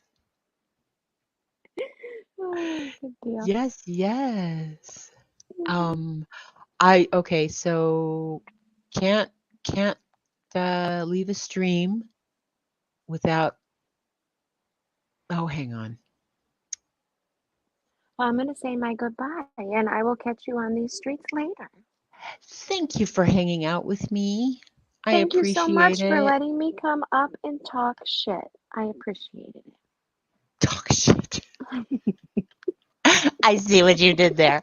I see what you did there. I love you. it. Have a good day, Grandma. I love you too. You, you too. Bye. All right. Bye. Okay, so can't leave alive without grifting. Gotta hold my reputation.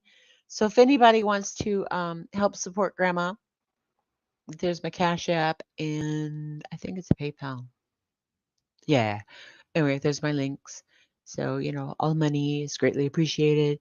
Most of all, most of everything, okay, is love yourself, right? Love yourself first. You can start small, like some of the stuff you do, then start to appreciate some things.